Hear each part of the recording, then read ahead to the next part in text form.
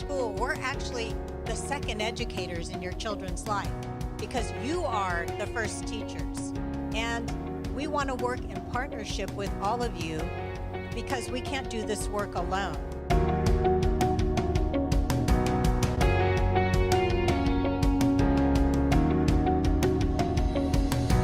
Que su voz cuenta y que si nos unimos podemos lograr grandes cosas para nuestros hijos.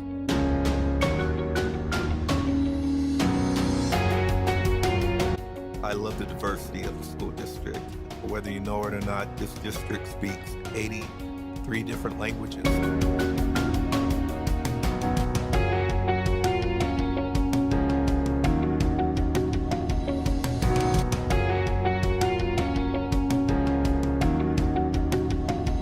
To know that the administrative offices, they have my back.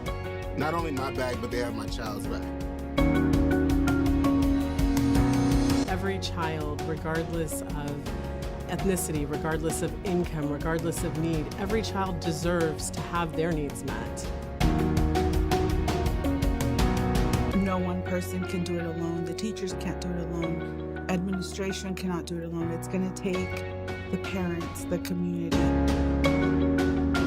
I'm very thankful for the partnerships that we have with our communities in both cities that represent our school district. We always ask the question, how can we even do this better? And I think that's where community schools come in because that takes us to the next level.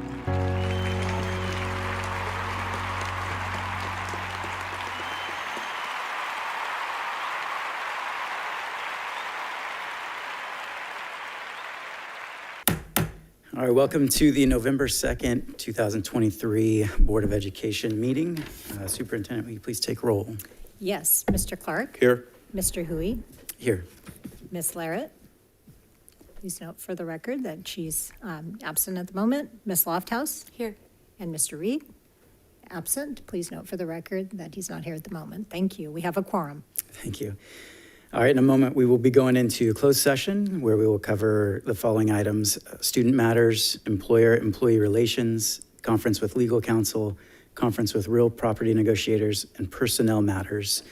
Are there any public comments? You're not seeing any up here. Are there any online?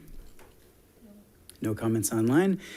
That being the case, we will be recessing into closed session. We'll be back here promptly at 6 p.m.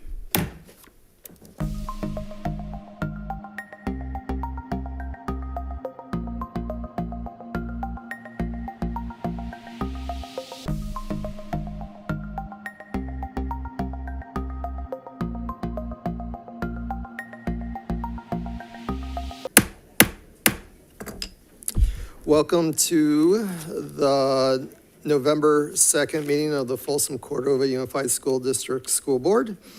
If you'd please stand and join me in the Pledge of Allegiance.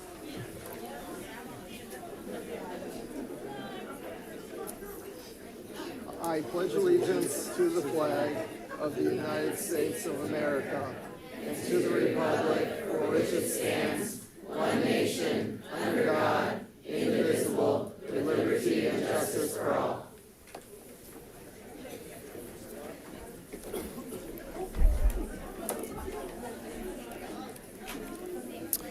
All right, I have a broadcast statement.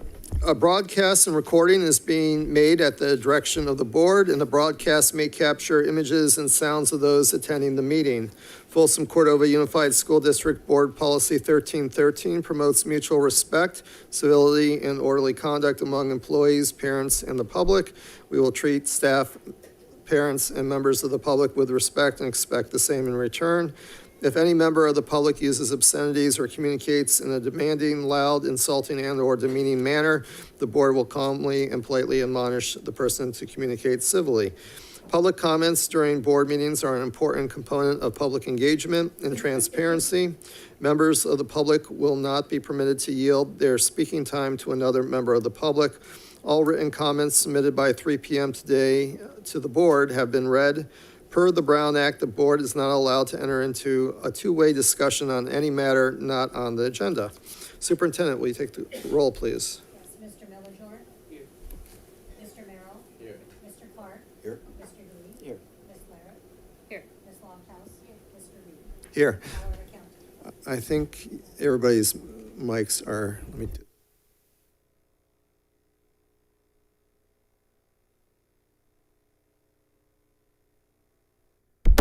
It's working now. Is it working now?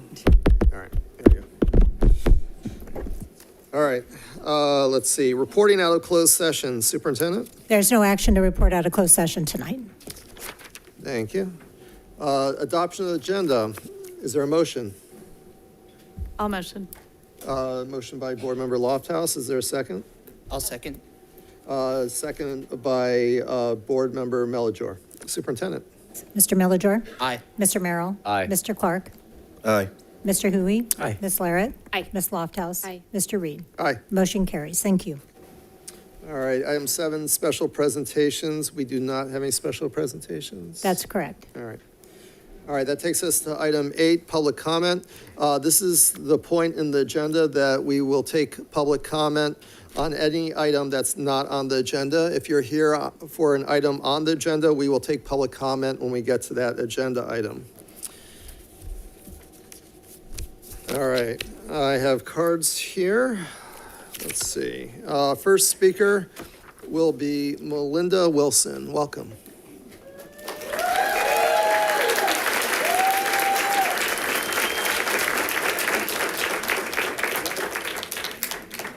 And for timing purposes, the next speaker will be Amy McBride.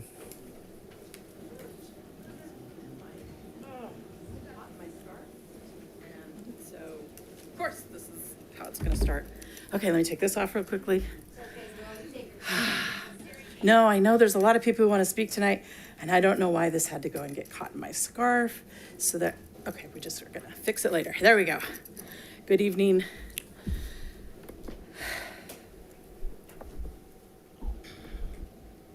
Sorry. Good evening, Board President, board members, and Superintendent. My name is Melinda Wilson, and I teach at Folsom High School. Tonight, I wish to share with you a tale of two educators. I came to the district in the fall of 1991 as a student teacher at Cordova High School, teaching English. I was hired at Folsom High for the spring semester, which began on February 2nd, 1992, and I have been there ever since. Through the years, I have seen many come and go, and I am now on page 4 of your 109-page seniority list. But this story is also about a dear friend who joined us in 1998. For years, we worked together. We started Link Crew at Folsom High School. We traveled with students abroad. We sat in many WASC meetings laughing and enjoying. Our work was fun. But in the early 2000s, with pay cuts, furloughs, expectations increasing, he saw the writing on the wall, and over 10 years ago, when the school from which he graduated called, he took the offer and jumped ship and went to Placer County. It was a significant pay cut at the time, but his mental health was more important. And that summer, he asked me to join him. But why? My German program was here. I had other programs I had started. I loved what I do, and I still do. I couldn't afford one more pay cut after all those we had endured from this district. Each year, his pay has increased. And just this summer, with fewer years of service and education than I, he let me know that they received an over 6% raise last spring, and he now makes $21,000 more than I do. That's $21,000 a year, every year for life. We are the same age, at a time when this job is more demanding than ever, when one more thing is the 5th thing too many. He is talking about retiring at the end of next year. And again, he is saying, Melinda, you should too. Unfortunately, I cannot even begin to dream of that because what I make now impacts me for life when I retire, and I can't afford the pay cut. You're probably stuck with me for another 6 to 8 years. So while you're throwing $15,000 bonuses at incoming teachers to join our district, some could argue you are throwing away money. The end salary matters for life, and many districts will take year-for-year service credit. New teachers will be trained here, and just like my friend, they will go where the money is. Because what new teachers need to understand here in the FCUSD world, there is no bonus for longevity. There is no bonus for teaching multiple preps at the high school level. There is no bonus for teaching combo classes at secondary, like there is at elementary. There is no bonus for teaching AP courses like some districts in this country have. There is no stipend or bonus for being a coach of an academic team. There is no bonus for the countless number of letters of rec that we write on the weekends for students' college admissions apps. So again, what would keep a new teacher from going elsewhere? Unfortunately, what I have learned from over 30 years in this district is loyalty doesn't matter, hard work doesn't matter, longevity doesn't matter. And those are the footprints that you've left on my heart.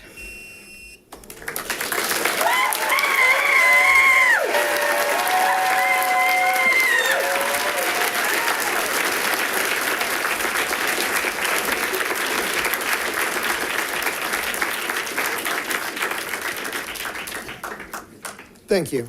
Next speaker is Amy McBride, followed by Angela Edwards. Are you trying to keep them all together, like all of the teachers together? Because I just don't want to be in the middle of all them speaking. Oh, yeah, good Sorry, point. I'm wearing red. Yeah. Excuse. Yeah, okay. All right, thank you. Good point. Next speaker, Angela Edwards.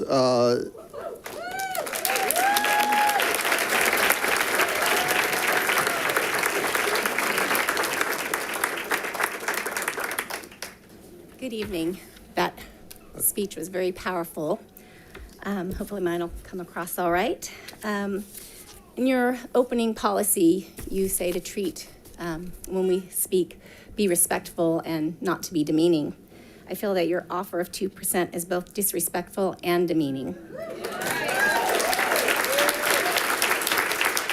These are a couple of comments made by the board when discussing a raise for our superintendent a little while back. We want to make sure you're paid what you're deserved, and you shouldn't be underpaid. Trying to search for and hire a superintendent is very difficult. I would feel comfortable if she was in the area of San Juan Unified. I know that's a big bump, but the work she's put in and all the good things she's done for this district, I feel she needs to be compensated. Why aren't you supporting us in the same way? You have the money. If I were negotiating for the district on a reasonable request for 6%, I'd be thrilled to tell my amazing teachers, you got it. That's the least we could do for all the hard work you do to help our students succeed. When I was a student growing up in this district, I built relationships with my teachers.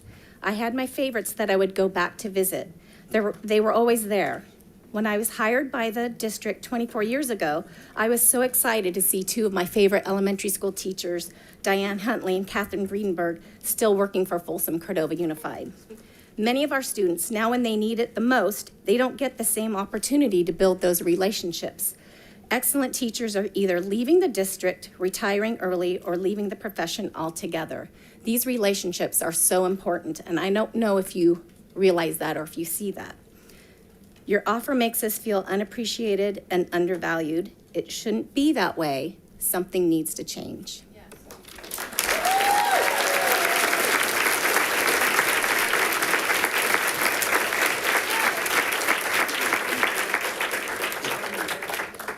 Thank you. The next speaker is Kelly Wesk. Welcome.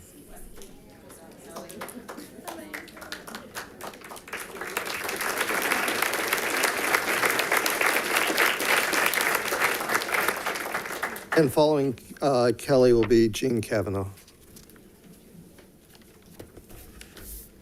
Good evening, Dr. Kaligian and board members. My name's Kelly Wesky. I've been a teacher in Folsom, Cordova since 2004. And my entire teaching career has been in service to you, our students, and our community in both Rancho Cordova and Folsom. In the past, when people would ask me about my job, I would tell them how much I loved it. Now when I am asked, I often reply, I love teaching, but I don't love being a teacher. You see, being a teacher now is not what it used to be. I've spent many years watching fellow teachers come before you, praying that you will listen to our professional expertise and judgment regarding what we believe is both academically and socially beneficial for our students. It saddens me that our words often fall on deaf ears and decisions are made by those who do not have any experience in the classroom. I'd like you to consider this scenario. If your doctor came to you and asked you to help her decide on the best technique for performing surgery, would you defer to her and her knowledge and expertise, as she is the expert in her field, before coming to your final decision? You most likely would. When did our voice, our degrees, and our experience become obsolete?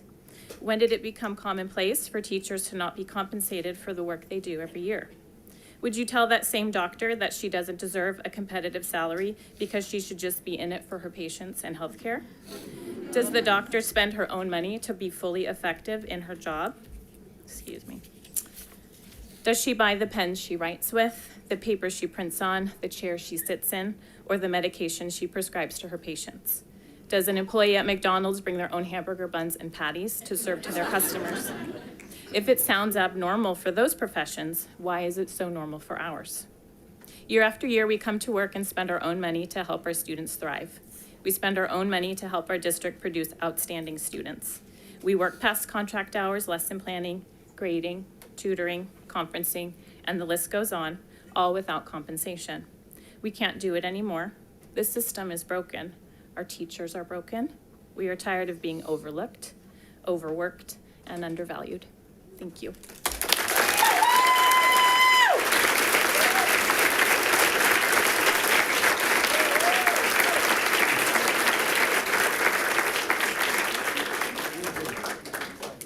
Thank you. After Jean Kavanaugh will be Lorette Gaberman.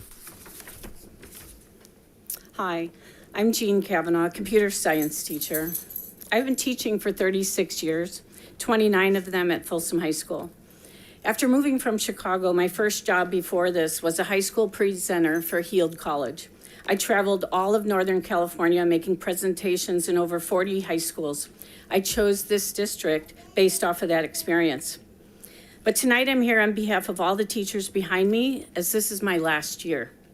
If I knew then what I know now, I would have taken my business degree and walked into this building 15 years ago so that I too could make six figures.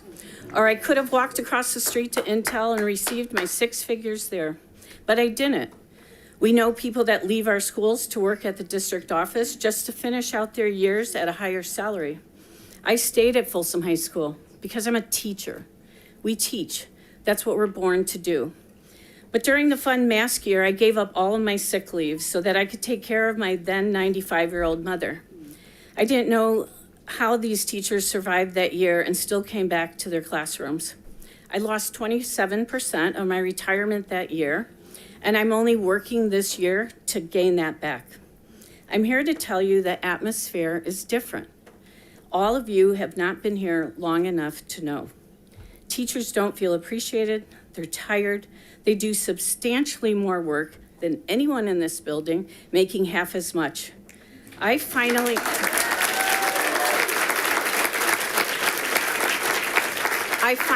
had my best 2 years of teaching when I've decided to give up all my extra duties. I'm no longer division lead or club advisor and had the greatest time just teaching. But I won't begin to tell you the hundreds of thousands of dollars I have brought into this district with grant money. I said it all a few years ago. But I will tell you that I'm leaving you with 4 herniated discs, 2 in my neck, 2 in my back, and walking in school every day with nerve pain, the result of being a computer teacher. I go home with headaches every day and have to get off my feet at 4 p.m. with a recent diagnosis of multiple sclerosis. And while I'm proud of all that I have accomplished in my career, I'm leaving you exhausted, a little bitter, and feeling a little broken. And I would have loved to know that I was leaving here feeling well-respected and valued, but here I am, 29 years later, begging for a raise. It's ridiculous. Teachers, this is my final message for you. If you're already exhausted and you don't feel appreciated, I encourage you to leave now. Find another passion, find another company where people respect you, care for you, and value your worth. Please don't wait as long as I did. And in the end, what will I get for my 29 years of service? Picnic in the park, a cheeseburger, and a clock. So just write me the check for that. Please do better and help get these teachers what they're worth. They deserve it.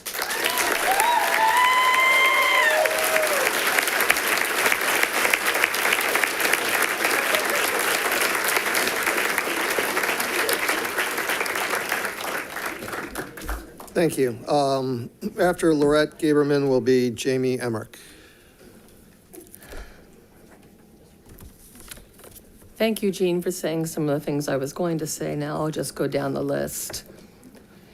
What you're hearing here tonight is that collectively, as a group of teachers of your district, we have one nerve left, and you're standing on it. This district is on the edge more than you will ever know, more than we've ever been. Now we find you are hiring underqualified individuals who, with a BA in anything, basket weaving, they fill teacher vacancies instead of trying to retain the teachers you have.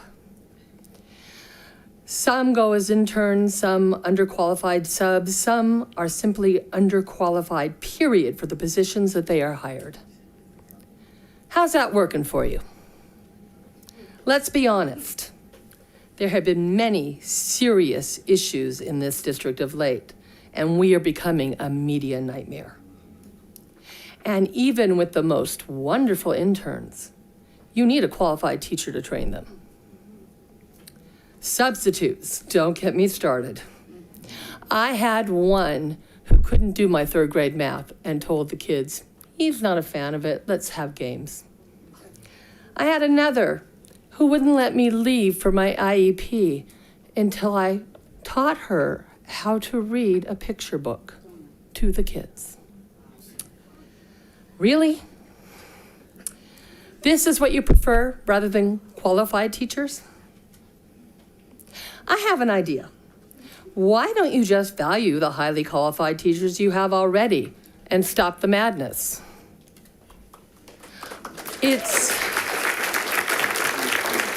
It's really tough to promote our district when anyone has heard of us already.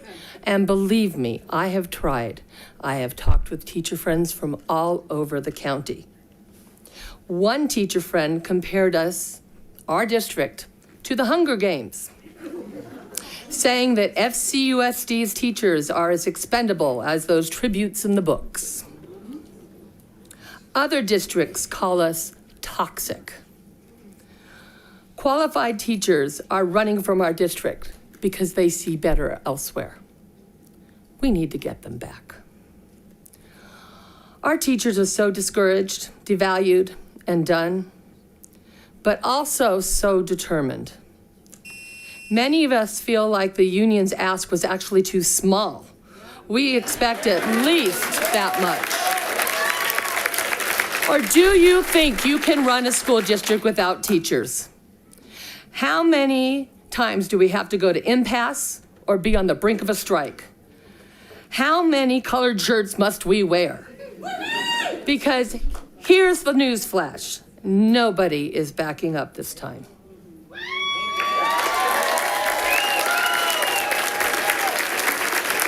Oh, and by the way, Capitol, thank you for the consideration.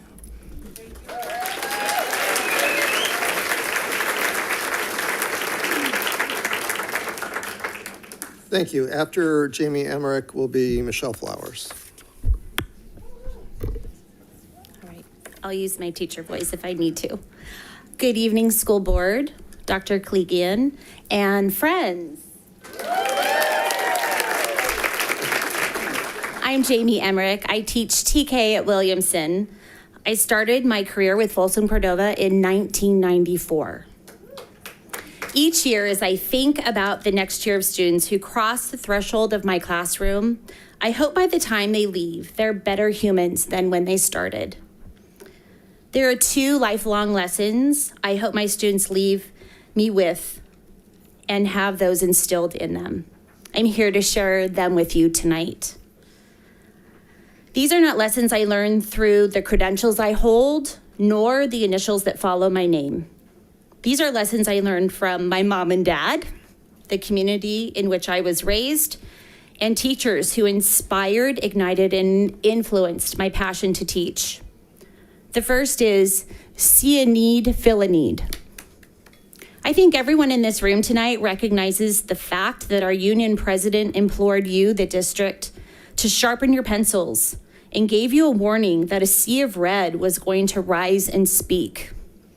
We saw that you needed to see that, and we need you to offer us a fair compensation package. Tag, you're it. It's time for you to fill our need for a more than just a font change in your offer. The second lesson I encourage my students is to show me, don't tell me. Don't just say you respect me, show me with your actions. Don't just say you appreciate me, show me you appreciate me. And all of us with fair and just actions. You can't put teachers last and expect us to put children first. Thank you.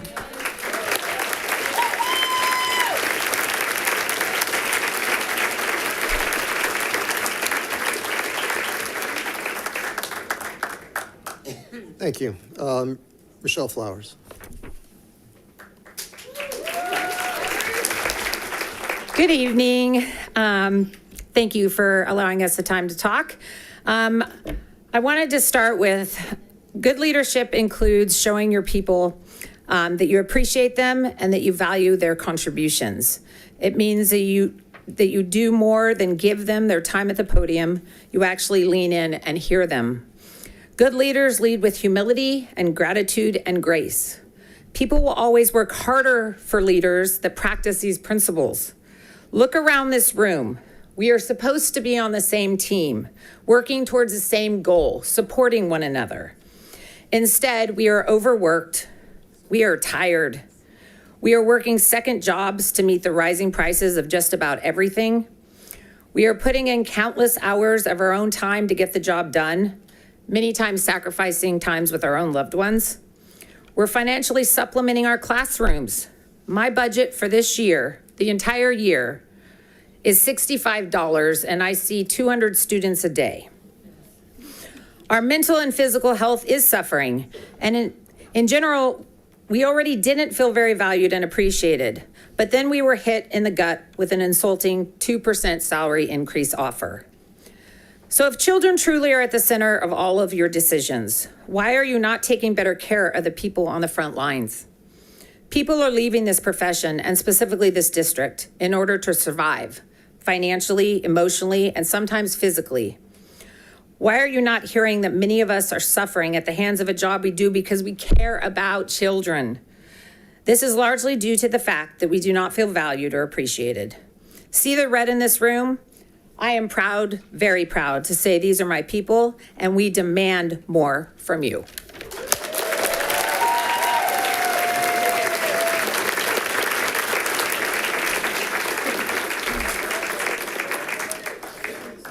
Thank you. Let's see. The next speaker is Amy McBride, followed by Jill Collins. Welcome. Thank you for letting us go in the other order. Hi, all. Thank you for having me here. So it's hard to go after all you teachers, but I just want to say thank you all for being here and speaking on your behalf. We're all here to support you as well.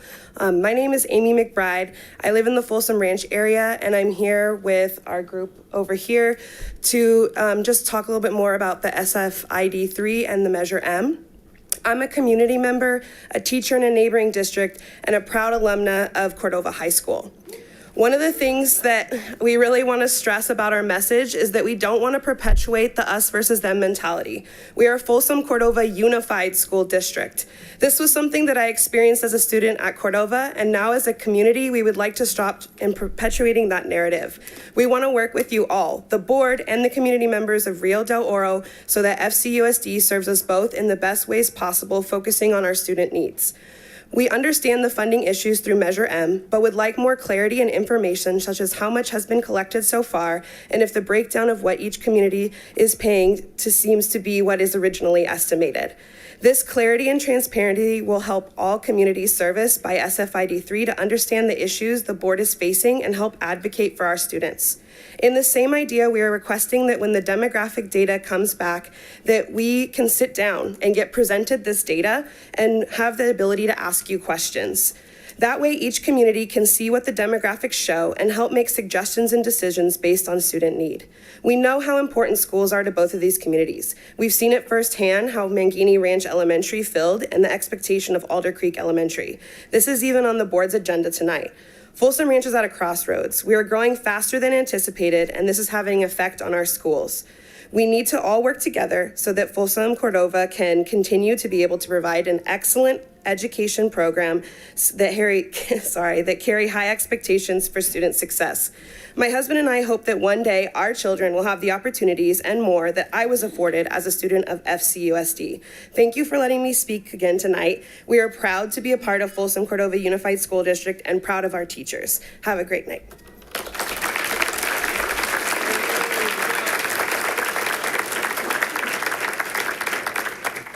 Thank you. Jill Collins. Feel a little improperly dressed with all these lovely people here. Good evening, ladies and gentlemen of the board. My name is Jill Collins, and I am a proud member of the Rancho Cordova community, as well as being a foster parent whose son, my foster son, attends Cordova High School. I fully support all of the teachers here, and I thank you for everything that you do for our children each and every day. And I want you to know it's all about support. It's all about the need for support. And I want to mention the fact that it has come to my attention that the department that serves our families and our foster youth is woefully underfunded and understaffed. What a surprise. Yeah. Anybody shocked by that? Now I see what's going on. My eyes are now open. I get it. We need to do something about this. It's imperative that we have the support that we need. I am a single person raising a young man who needed my help and needed my support, and I rose to the occasion to be there for him. Now I need you to be there for all of us as well, including Dr. Iana Peace's department. She is a one-person show, and that is ridiculous. Absolutely ridiculous. I need her help every single day of the week. Every single day of the week. So please, if you would, consider in your heart of hearts, when you're making these major decisions that you make each and every day, where the funding needs to go. I think it's painfully obvious that it needs to go to teachers, and it needs to go to foster youth and children the help that they need as well. And I'm going to give the rest of my time back to these lovely people. Thank you for your time this evening.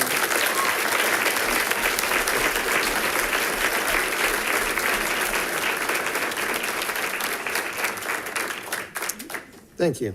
Next speaker is Elena Wagner. Welcome.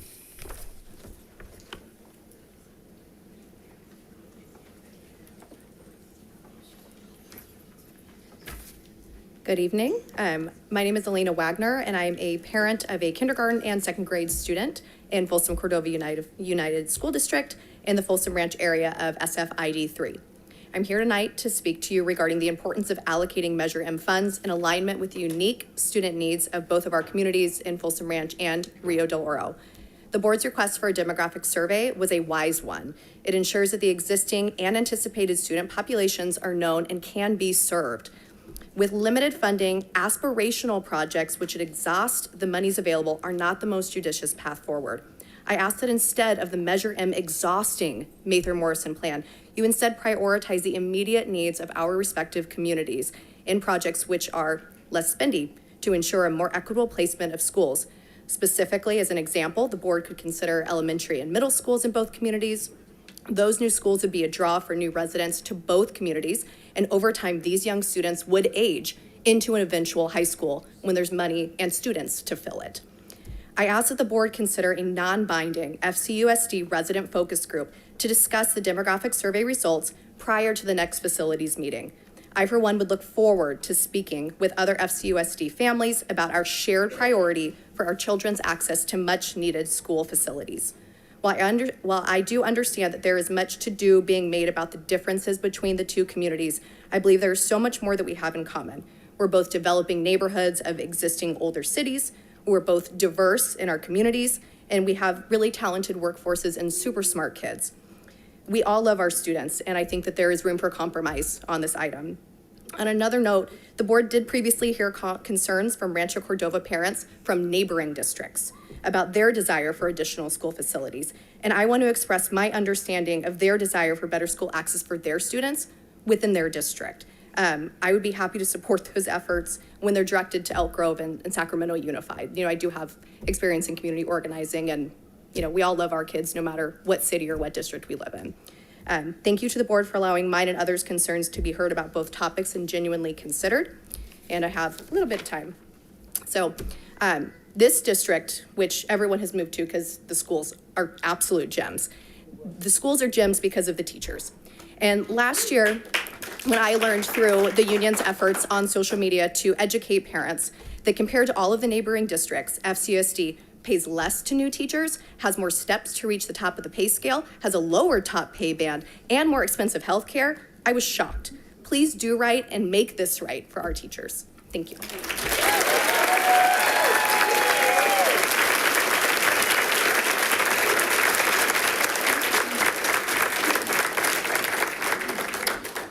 Thank you. That exhausts the cards, but I will open it up for additional public comment. If you just come to the microphone, please state your name.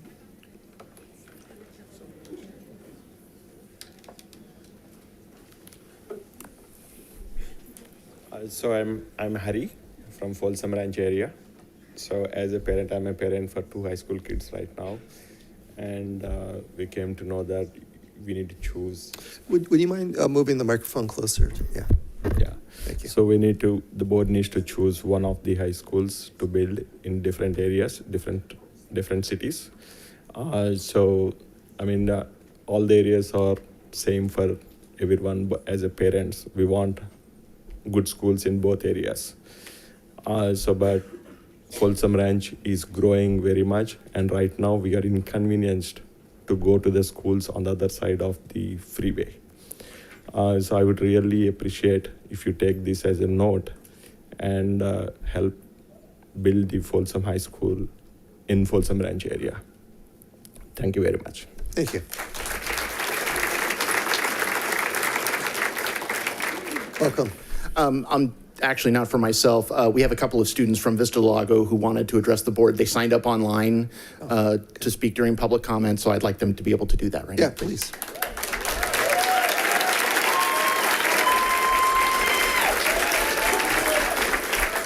Hello, everyone. My name is Braden Van Buskirk. I'm a senior at Vista del Lago, and I'm here to ask the board to officially name the second Monday of October Indigenous Peoples Day, all throughout the Folsom Cordova Unified School District. In 3rd grade, we had an arts and crafts project where we made paper boats to remind us of Christopher Columbus's great discovery of America. We learned about his journey to America, his search for fame and fortune, and his devotion to religion. However, we never learned about the destruction he left in his wake. His careless, selfish actions decimated the lives of an estimated 55 million Native Americans. 55 million. That is more than the entire population of California, Oregon, and Washington combined. And while yes, Christopher Columbus was not directly responsible for the millions of natives who died from smallpox and other diseases brought over by Europeans, he was responsible for the conscious choice of enslaving and slaughtering thousands of natives. So why do we continue to recognize the name of a murderer year after year? Throughout all of American history, this country has exploited, abused, and murdered the people who have lived on this land long before the first European settlers. After torturing natives on the Trail of Tears, mass genocide on the Ghost Dance movement, and imprisoning them into tiny reservation lands, Native American populations have declined from their original 60 million to less than 5 million. A majority of those living in Alaska, not even mainland United States. So, although we can't change the past, we can move forward by recognizing the Indigenous peoples of today. And of course, the addition of posters inside some classrooms at Vista that acknowledge that the school was built on Indigenous land is a step in the right direction. It's not enough. More has to be done. At my high school alone, a survey of a random 150 students shows that 85% of them are in support of our movement. By celebrating the district's holiday as Indigenous Peoples Day, we shift the focus away from idolizing a conqueror and instead honor Native culture and their influence and impact in America.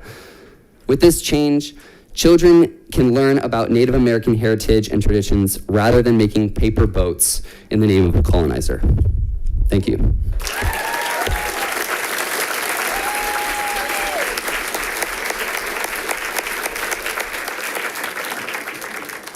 Thank you. Any other speakers? Hi. First of all, I stand in solidarity with my union asking for better pay for teachers. But now I've been to, this is my third consecutive board meeting, and I've heard other things, so I wanted to weigh in on perhaps a less popular topic. First, I want to start by saying I have experienced compassion and care here, kindness by each of you. It was my pleasure working with you guys during the summer on our ethnic studies work. While I have experienced compassion and care here, I've also, like many of our students of color and staff of color, I've experienced racism. At every site I've worked at, including my current site, which I love, every year I've experienced racism.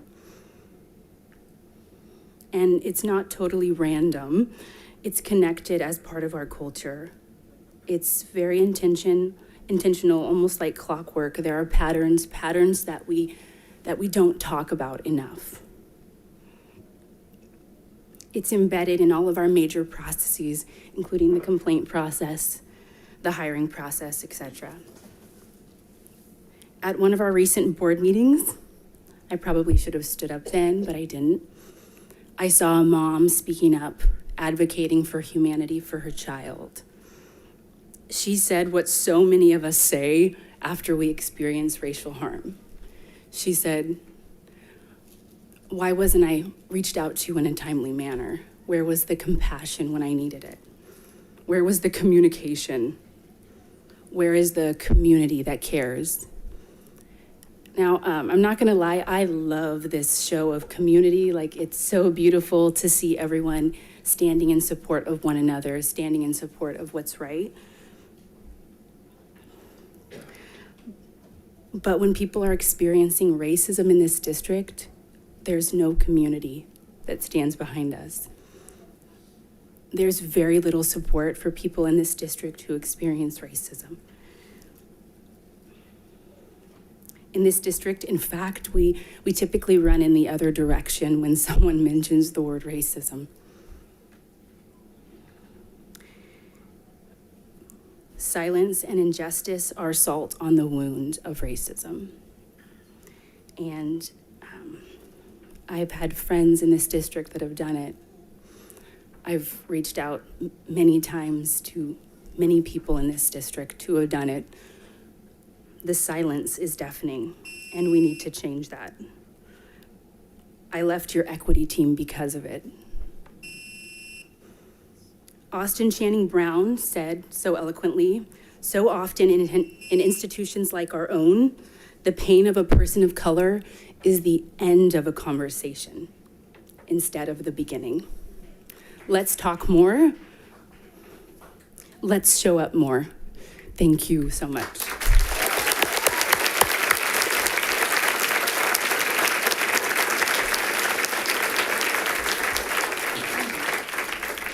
Thank you. Welcome. Hi, I'm Zoe. I'm going to apologize. I'm not a very good public speaker. I look at the crowd and I see so many of my present or past teachers. I'm sorry, I'm already crying. My mother is Monica Kirby Lobestall, and I love her very much. She's a teacher at Cordova High School, and oh my God. Thank you so much. And she's been working there for around 20 years or so. She teaches math, and she loves her school. She loves it very much. About a year or two ago, she thought about leaving Cordova because she was not properly being compensated for all the work that she does. And as a student at Cordova, I see so many of my teachers who are doing above and beyond. They're staying after school, they're helping with clubs, they're doing tutoring, and they're not getting paid for that. They are doing that out of the kindness of their hearts and their love for their job. My mother takes home hours upon hours of work every single night. And I watch her working on things over weekends and after school. After getting there early, she gets there around 7:45 every single morning, and she opens her classroom up for students to get help or to just hang out. And after school, she stays every day until 4:30. She has been doing this for years, and I remember this, waiting for her to come home, and then her coming home after an hour past school, and then she just goes right to working again because she has so much work and she does so much for students and she loves her students, and she's not being compensated for that.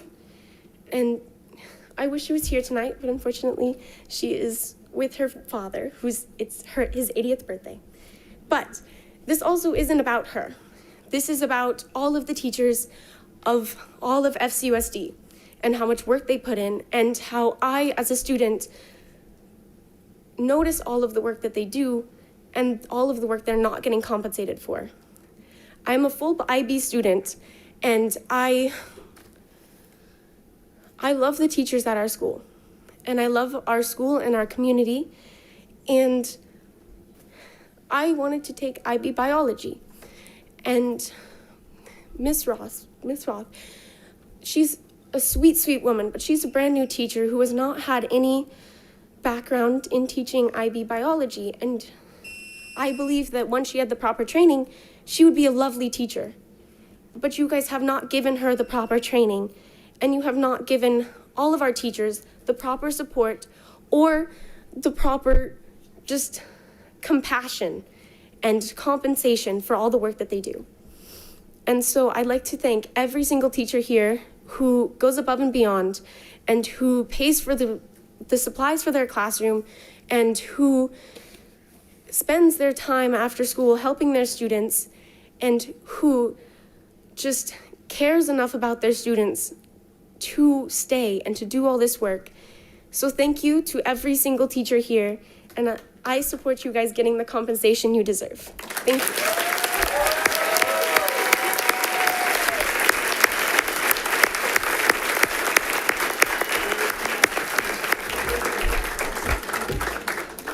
Thank you. Welcome.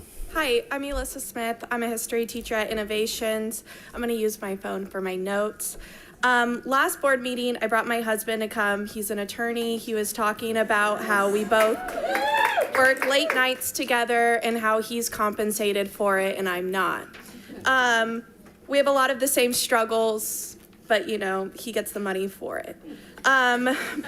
Before me today, there were a lot of teachers with a ton of experience who were talking that I really admire. I'm only in my 5th year. I'm an FCEA rep, I'm a climate facilitator, and I'm on the equity leader team, and I'm exhausted already, only in my 5th year. I'm unsure how long I'll be able to stay in the classroom. I know I won't be staying in the classroom, even though I love it. I don't know what my next steps are.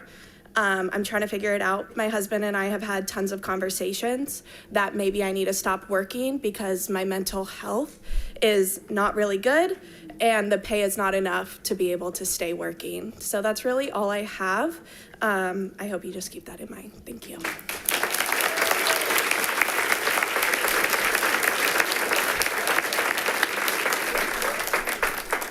Thank you. Welcome. Hi, my name is Amanda Ceccarelli, and I am the K-1 intensive art teacher at Navigator. And I started in August. This isn't about me, though. I grew up in the district. I am a product of Folsom Hills, Folsom Middle, and Vista, and I see all of my teachers. I love you guys. I also had a unique job before this, and I was one of those daycare drivers that came and picked up kids from our elementary schools. And I just counted, I drove to 10 different schools in Folsom. Then I was a sub all last year. I have been around our district. I grew up in our district. Our teachers are amazing. I care about what I get paid, but I know that every single one of them deserve way more than what they're getting paid. And I know that because they not only taught me how to be a good person and a good human growing up, and they taught me the skills to go off to private schools and to go get master's degrees.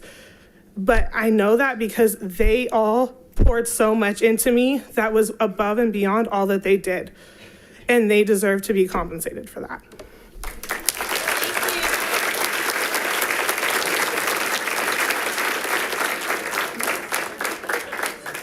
Thank you.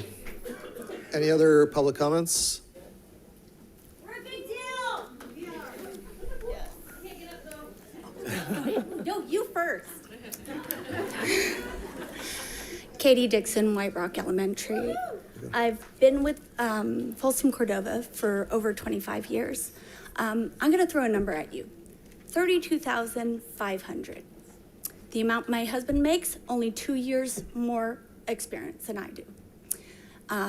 Also, the amount of miles I've traveled going back and forth to work because I live 65 miles round trip.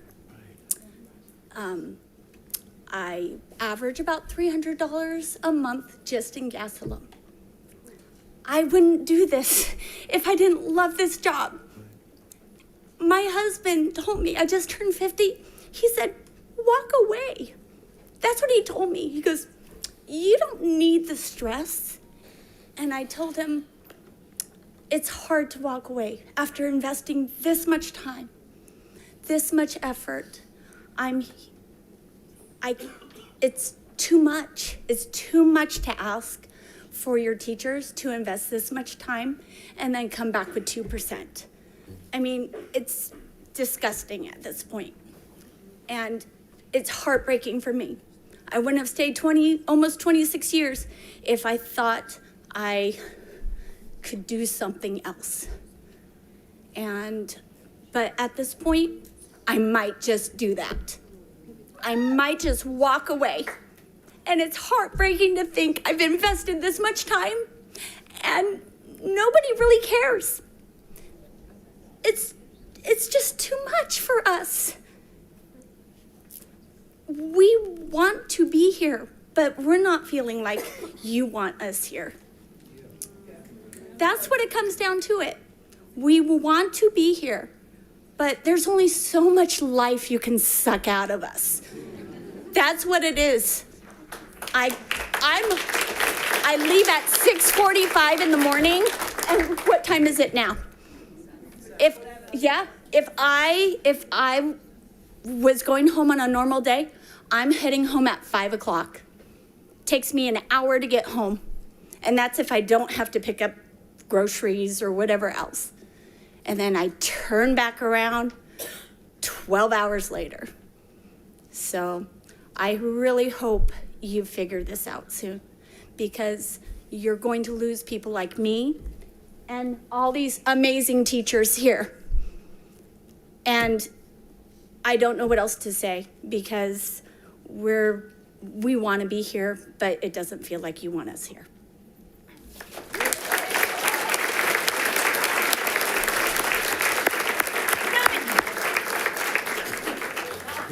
We're a big deal. Hi, Andy Eagles, Folsom Middle School. How you doing?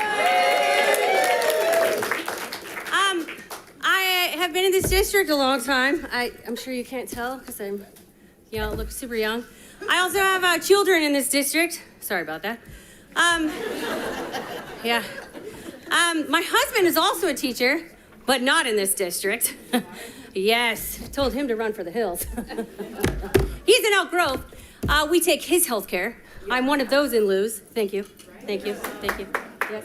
I know you don't like that either, but that's okay. My family has been in education. My mom taught for 46 years. She's psychotic.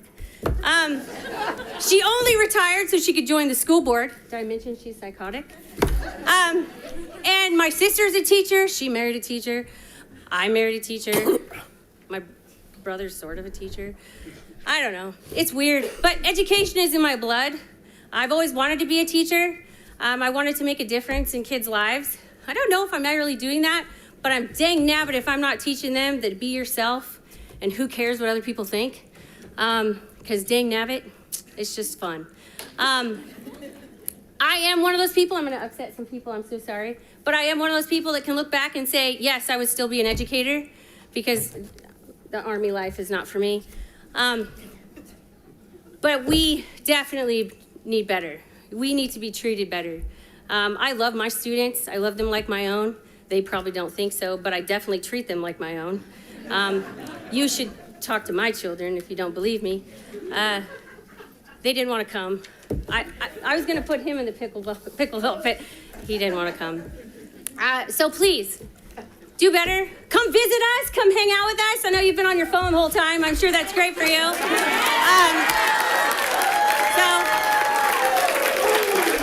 I hope you're texting your mommy.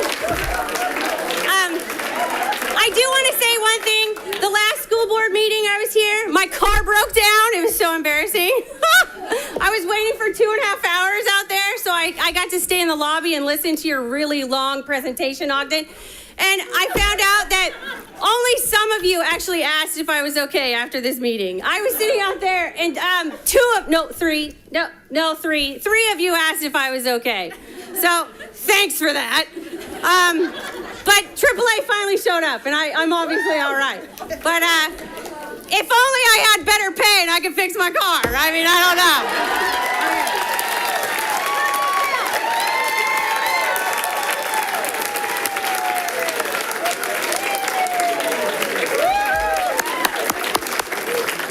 How do I follow that?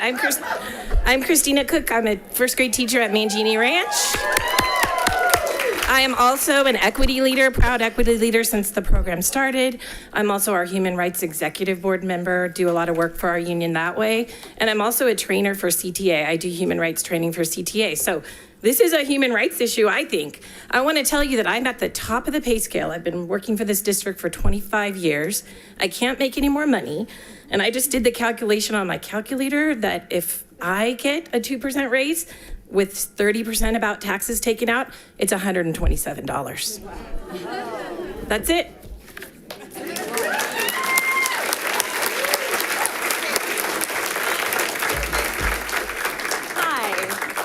My name's Casey Shingera. I'm in my 11th year at Folsom High School. I teach AP English, and this year I got out of English 3 and switched to film as visual literature, which is hella fun. Also, I run our humanities side of our credit recovery program. So working with lots of populations. My understanding is you guys are the financial guys. So, hi, good to see ya. I know. Okay, so I just wanted to go over some numbers, and I had my math teacher friends help me out. So, you're offering us 2%. We still have 1.2% you owe us from last year. So you're really only offering 0.8%. It's only a 0.8% growth. So I looked at our salary schedule. I looked at year 24, which is as far as we go, and a doctorate, which is as far over as you can go. And if you're at a doctorate with at least 24 years of experience, 0.8% is only $92 a month before taxes. So the rest of us are not getting anywhere near that. Sweet deal. Hashtag sarcasm. So I just want to point out, we are 61 school days into the school year. We are 66 teacher work days if you took the buyback days. And we are 94 calendar days into the current school year without a current contract. So I'd like to point out that we need to build the budget with teacher salaries first. Stop placing, thank you. Stop placing teacher salaries as the afterthought in the budget, because I don't know about you, but whenever I plan to save at the end of the month, it doesn't work out as well. I'd have to do it first. So teacher salaries need to come first. Okay. Also, I'd like to point out, we very much praise Team FCUSD. I'm all for it, but Team FCUSD is nothing without FCEA.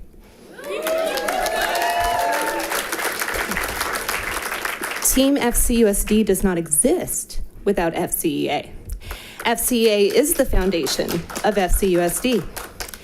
Without a solid foundation practice of retaining quality teachers, FCUSD is built to fail.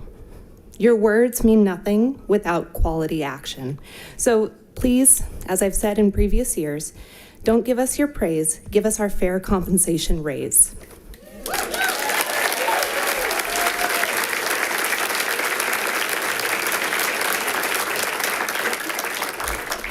Thank you. Just a reminder for future speakers to direct all the comments to the board and not to staff. Thank you. My name is Donna Burton, and I teach at Blanche Sprints Elementary School. And I've worked in the district since 1996. And I have a new colleague this year who sent me a funny little meme at the beginning of the year after our back-to-school picnic. And it was a clip from a movie, and the movie star was saying, "Yeah, and I'm all that." Because I had so many people coming up to me saying, "Wow, Miss Burton," and I now have kids in my class whose parents were in my class. So I've been around a long time. And I consider working at Blanche Sprints a blessing, but I'm tired. Van Merrill was one of my students who I'm so proud of.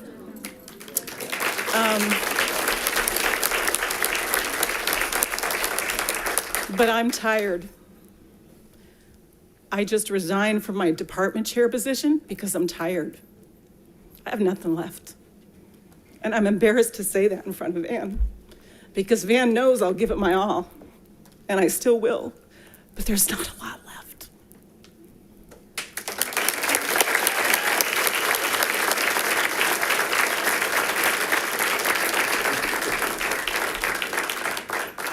Thank you.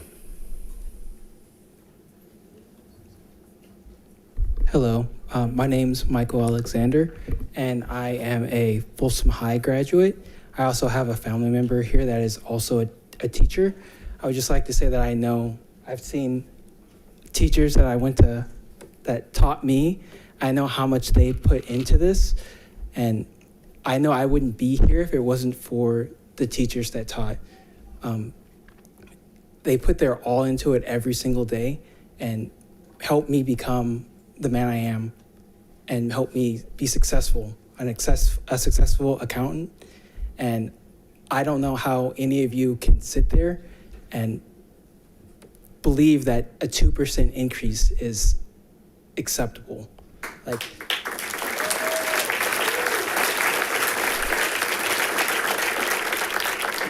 I didn't hear about that until today, and that is actually astounding. It makes me want to be here. It's my first ever board meeting, and it's just really sad to think that's equitable or fair for all the hard work that these people have put in. Thank you. I kind of find that kind of insulting because I work with numbers every single day, and a 2% increase is sad.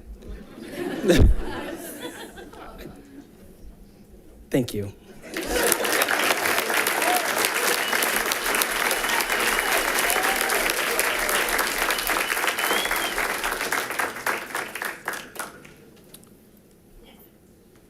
All right, let's, one more.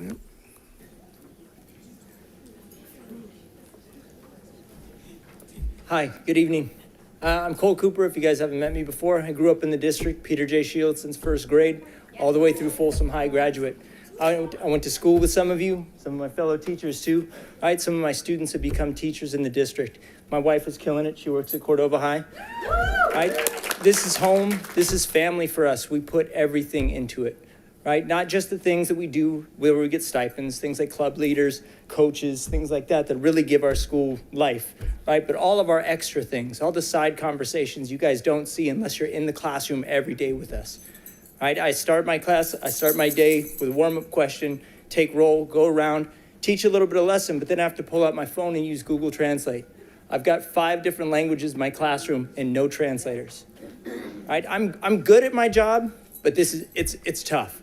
I'm getting all my talents, everything I can use. I start clubs, I put it all out there for the kids. And I tell my students in econ, make yourself special. Learn skills, make yourself separate from the rest so that somebody will value you, either a company or management will see what you do and recognize you. Don't make me a liar. Thank you.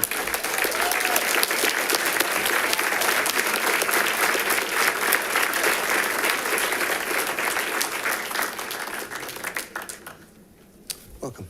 Hi, I'm Sharon Farrell. I'm a third-year teacher in this district at Vista Del Lago. I teach biology, chemistry, and this year AP biology. And I've listened to my fellow teachers who advised, get out while you can. And I will tell you, I tried last year. I live in Western Placer Unified School District, and the principal of my children's high school reached out to me and offered me a position because he knows that I'm a good teacher. And I resigned from this district. And do you know why I'm still here? No one would accept your offer. You couldn't fill my job. There were no chemistry teachers to be found. That's where we're at. Thank you.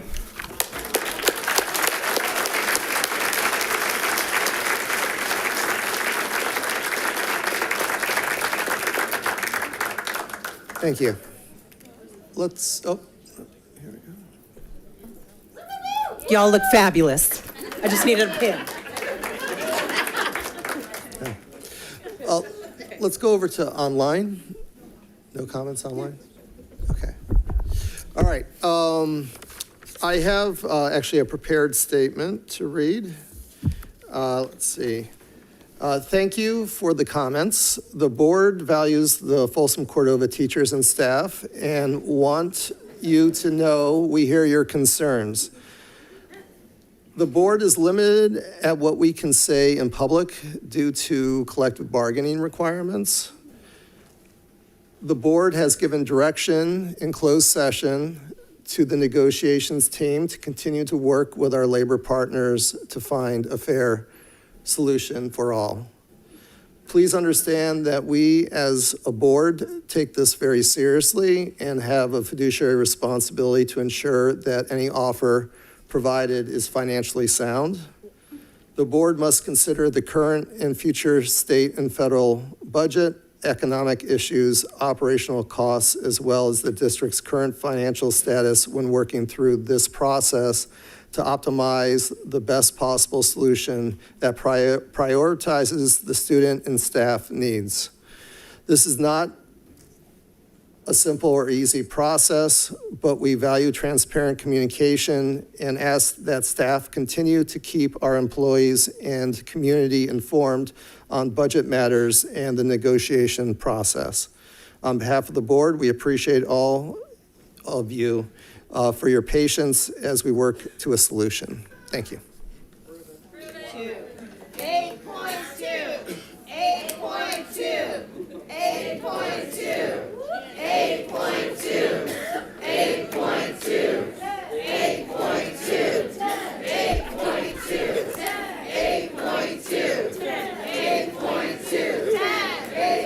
8.2,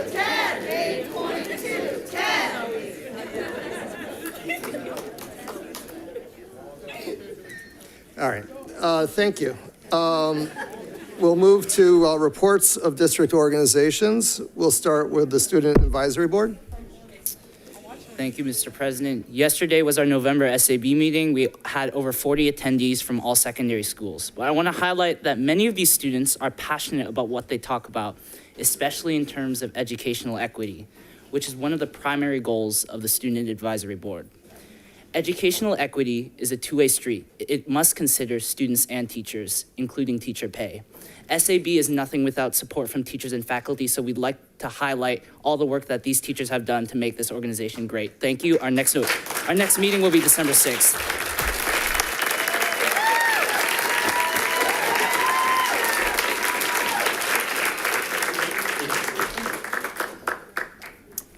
California School Employees Association. Welcome.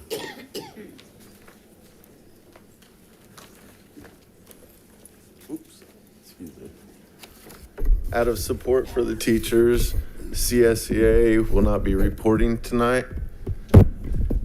They will save their disgust with the offer for the next board meeting. Thank you.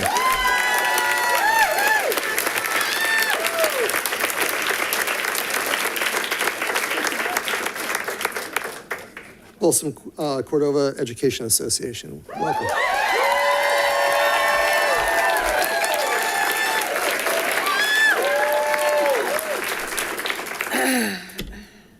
It's been a night. It's been a night. Okay, I'm gonna get through this. Thank you. Okay, I can pull this together. All right. Good evening, families, board members, staff, and those of you who are on Zoom, and a special shout out to all of you. Last time I spoke, I was in my bubble of hope. Not only has my bubble popped, but there is no solution left to remake my happy place. The new and improved offer from the district on October 11th was nothing but a disrespectful dog and pony show that caused more strife and unrest within our members. On October 19th, Tracy Suter, our executive officer,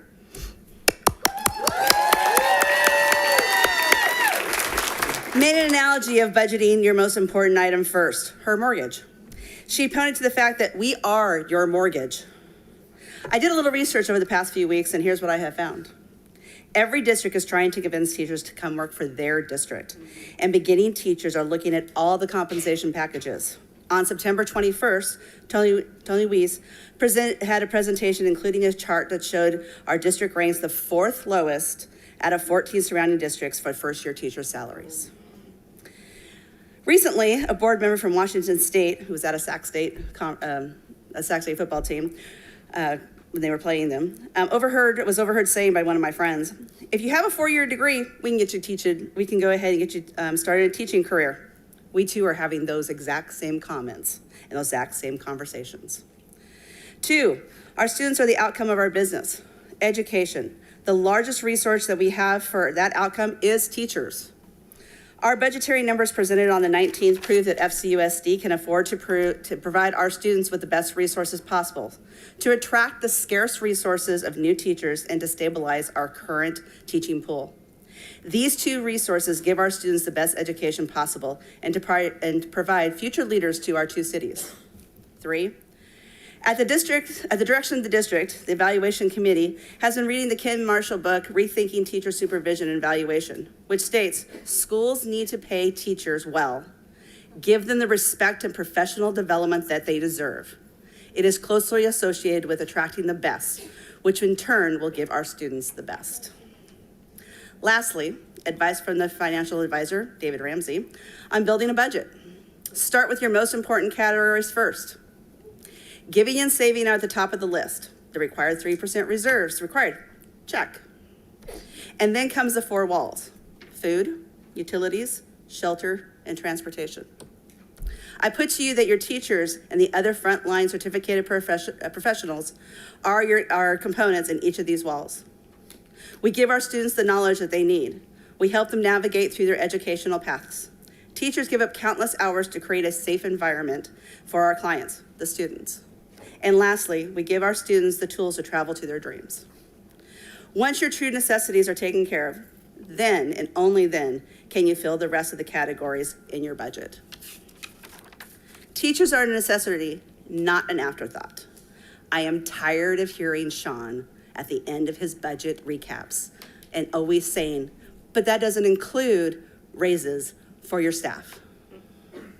We are always an afterthought. And that's just not us. That's your IAs, your maintenance, your nurses, your bus drivers. That's your administrators. Yard duties. That's everybody. And these are the people who go ahead and run your schools, who help the students. Students in Rancho Cordova and Folsom deserve the best. So acknowledge us for the role that we play in supporting students in the classroom as they reach for their dreams. Thank you.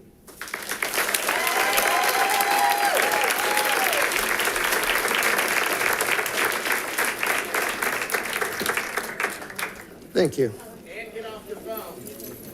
Next is, we'll wait just a minute. Actually, let's take a 5-minute break while people, yeah. We'll take a 5-minute break. 5-minute break. Do you want to let the public know too?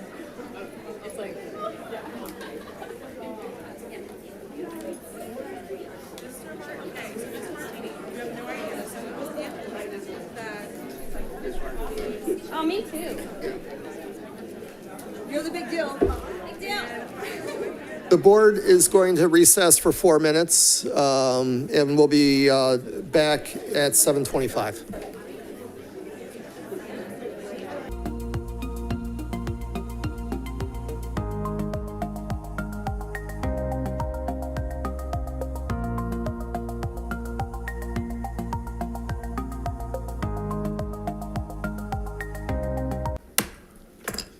All right, we're back from the recess. The next is Folsom Cordova Leadership Association. Welcome. Good evening, Dr. Galigian, members of the board. We have tonight a presentation for you by Prospect Community Day School. It's going to be led by Principal Alan Sims and AP Suzanne Borth. She went to get the rest of the students. They went outside for a minute. So they'll be right back, but Alan Sims. Thank you. Happy to be here and talk about Prospect. If we can get the PowerPoint up, that'd be awesome. I do have 3 students with me. I have Nate Long, Janaya Barone, as well as Skya Patillo. And they'll be talking about their experiences at Prospect and how it helped form them from there.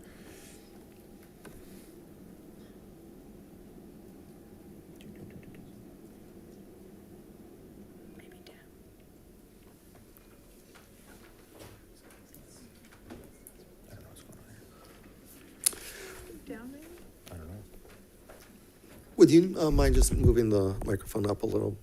Yeah, perfect. Thank you.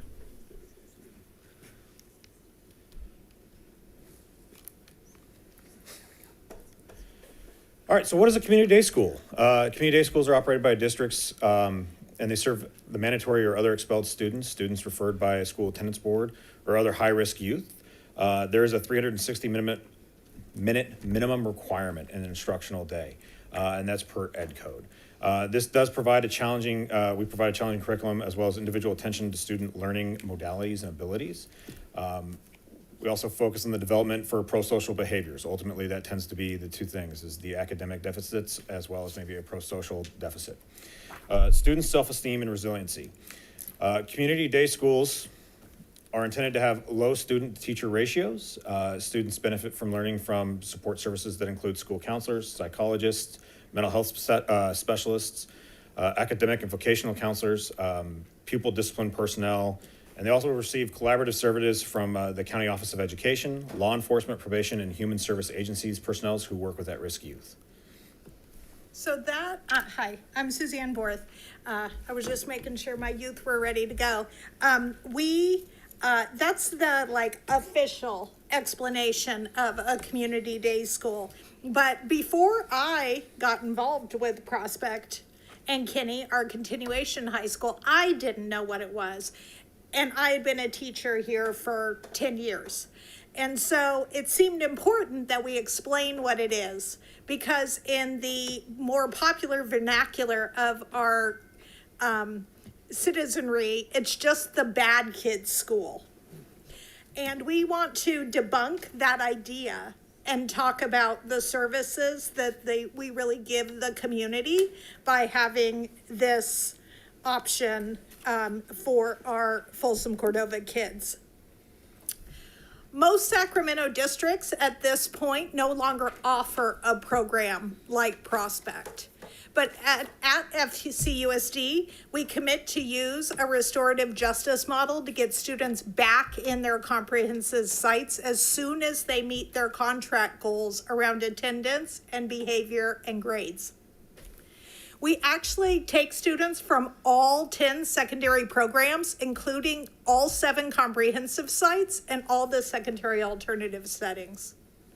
Students stay with us for as little as 6 weeks or to more than a year, depending on the infraction and how much they show up how quickly they build those pro-social behaviors and academic skills. We take our mission to support our most vulnerable students very seriously, and we have many growing programs to build better skills, remediate learning loss, and grow positive relationships with learning and each other. So we brought 3 of our students today that previously went to Prospect and now are on the verge of graduating from high school.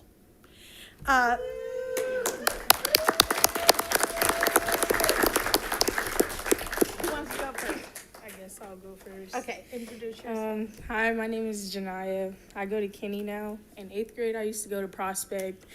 I'm gonna say I'm a pretty bad kid, you know. Always getting in trouble, you know, so I went to Prospect. I met Mr. Sims. Pretty scary guy, you know. He helped me, you know, achieve my goals. Gave me the support I needed, including the BSAs, which are not here today. Miss Toy, Miss Carly, Miss Knox, all of them helped me out, you know, to, you know, be the person I am today. You know, I got patience, you know, got everybody supporting me. I'm a senior now, and I'm finna graduate. And probably, I don't know when, but, you know, I'm finna graduate this year, big senior. Prospect is really not a school for bad kids, you know, if you guys want to label it like that. I went there, it wasn't too bad. I didn't like it, but, you know, I did what I did to get out of that situation, and now I'm at Kinney. I'm gonna graduate. Yeah. Come on, Nate. When they speak of BSAs, those are our dedicated behavior support assistants that work closely with our students to help them meet those pro-social goals. My name is Nate Long. I went to Prospect about a year ago, and I'm gonna be real, I hated it. You know, the dress code, it sucked, it was whack. I didn't know nobody, so, you know, I had to kind of fit in, make new friends, but after giving it a chance and like really seeing what it was about, I realized those teachers, they carried the personal attention that I needed and the skills that I needed to elevate, per se. And if I'm being honest, I don't think I could have ever did that at Cordova or any other school I've ever been to in the district. So those people that did it, they deserve their flowers, and Prospect is a good school. It's not for bad kids, it's for people that slip, but they're not gonna fall, you feel me?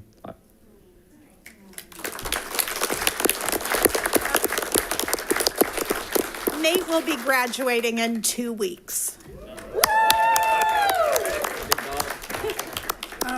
Hi, my name is Skyla. I went to Prospect for my 9th to 10th year.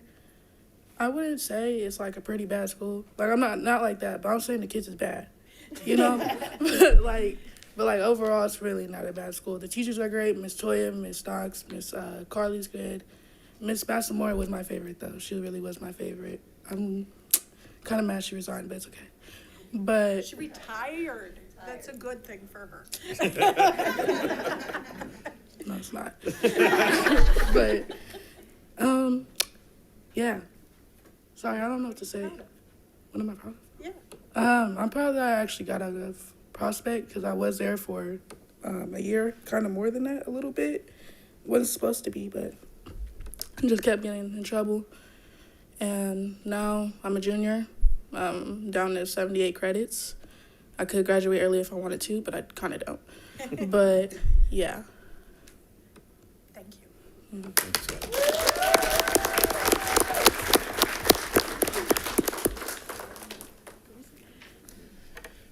Just kind of looking at our population, it fluctuates throughout the year just based on who we receive and who gets sent to us.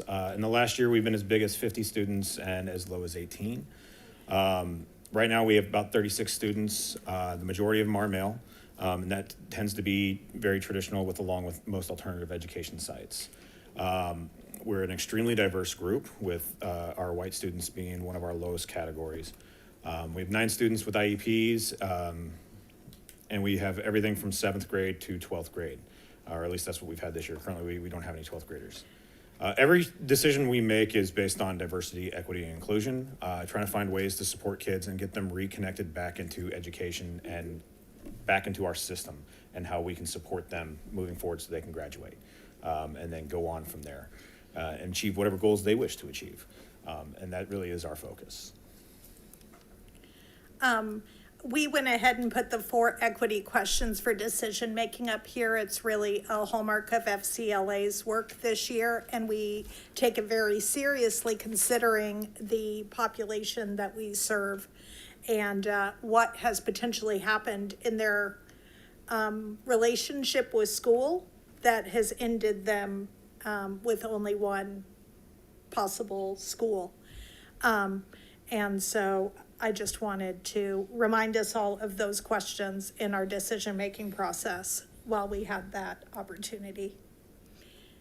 So we kind of wrote to the 4 priorities, equity priorities of the district right now.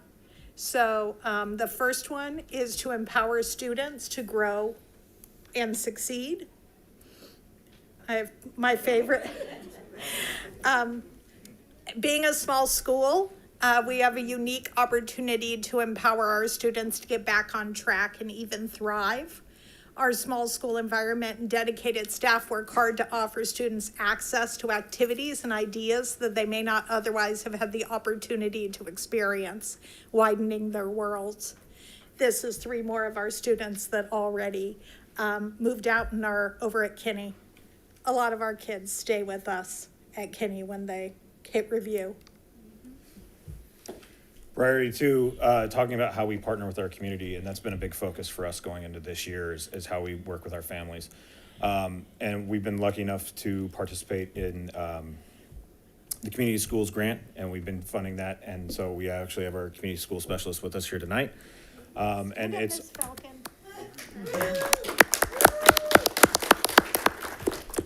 And we've also been working very closely with our comprehensive sites. Ultimately, it's that connection piece of going back, and so that way our kids don't feel like they just got dumped back onto a 1,500 kid campus. That can be a lot, and so we want them to feel successful, and we try to connect them back with their home schools and who's that caring adult there that can help take care of whatever needs they have, so that way they can be successful no matter what school they go to in Folsom, Cordova. We also are growing programs to take students back into the community while they're with us, grow their academic confidence and rebuild a positive relationship with the institution of school and specific FCUSD sites. So this year we have several students that are going in our van to Williamson Elementary once a week and are helping struggling readers in which a lot of them were, which is related. I know, it's new this year. It's new. So we have kids going every Tuesday, and they are clamoring. They're using it as an incentive because they are getting so much pride from the feedback they're getting from the Williamson staff and those kids that they're helping. Go ahead. Foster diverse, inclusive, and thriving work environment. That's what we do, right? Look at that. Building thinking classrooms at work. We provide small class sizes, teachers with a diversity of professional development, support for students with all level of need. We take students that we would consider moderate or 100 level in secondary special ed through gifted kids. It's whoever ends up with us. We make curriculum meet where they're at. We also include active, engaging classes to fill holes in their academic development because many of them have years of inadequate access to learning due to trauma and attendance and ongoing behavior issues. Priority 4 is optimizing our systems and our culture of innovation. Ultimately, change is is what we have to do because we don't know who we're going to have and what our students are.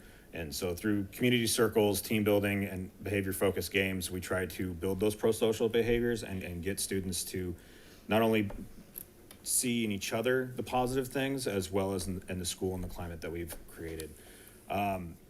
It's a lot of work. Our kids are amazing, and we love having them, and we love seeing them grow and see the success and the changes that they make in their decisions. And hopefully we can help support them in whatever choices they need to make to finish their education and move on to college. And that is our dream for them as well. Like these three rock stars. Yes. Any questions? Questions from the board? No questions. I just wanted to say congratulations to you guys for all of your hard work. And I know that you guys have done amazing jobs there to move students in and out. And it's hard not knowing who you're going to have every day and make those adjustments for who comes in. So thank you. And I know that the students appreciate it. Maybe not when they're there, but definitely afterwards. So. You notice we didn't bring any currents. It takes a minute. Yeah. Thank you all very much for your time. Thank you. Actually, I got a quick question.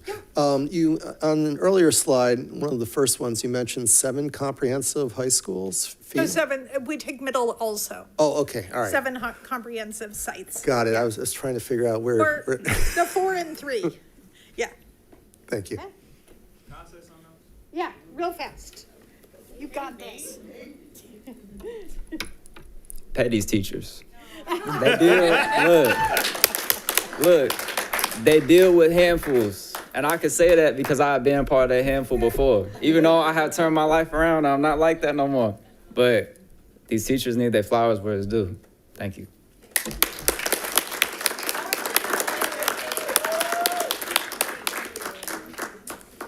Let's see, District English Learner Advisory Committee. Welcome.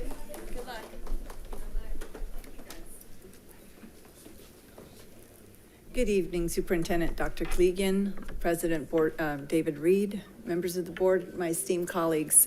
I have a brief report today. As you know, this coming Saturday, we do have the Parent Summit. We're looking forward to having a group. We've had a large response, thanks to just a lot of outreach at our sites, and namely new members of the community schools. So I'm excited about that.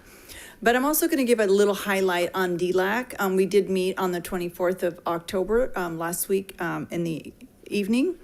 We highlighted a couple of things that was really, up for discussion and just information items. One of which that they really appreciated seeing was the district priorities, and then just walking us through the map of that information. There was some wonderful feedback and lots of hope and, positive comments regarding this visual. So we'll be sharing this again at the Parent Summit, but there was that discussion. We also talked about the committees, school site councils, and ELAC, and just looking forward to continuing the involvement of our engagement of our parents.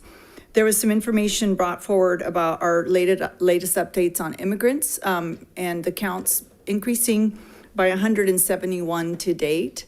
We looked at that data, and it's really a great reflection of some of our growth in the Folsom side. It's also a reflection of our TKs. So we've seen some number increases just naturally because we've increased some grades. So that was kind of fun to see. So it was nice to share that information with our DLAC. We also shared that currently today we have 81 students who have reclassified, which is a big deal for the District English Learner Committee, of course, Advisory Committee. We aim for 300 just as a goal. 81 at this time is a really great number because we're about to enter the semester and trimester end, and it's when we start to see a large number. We try to get the core of our students reclassified by February 1st so that they can not have to take the LPAC again, but it's okay if they do.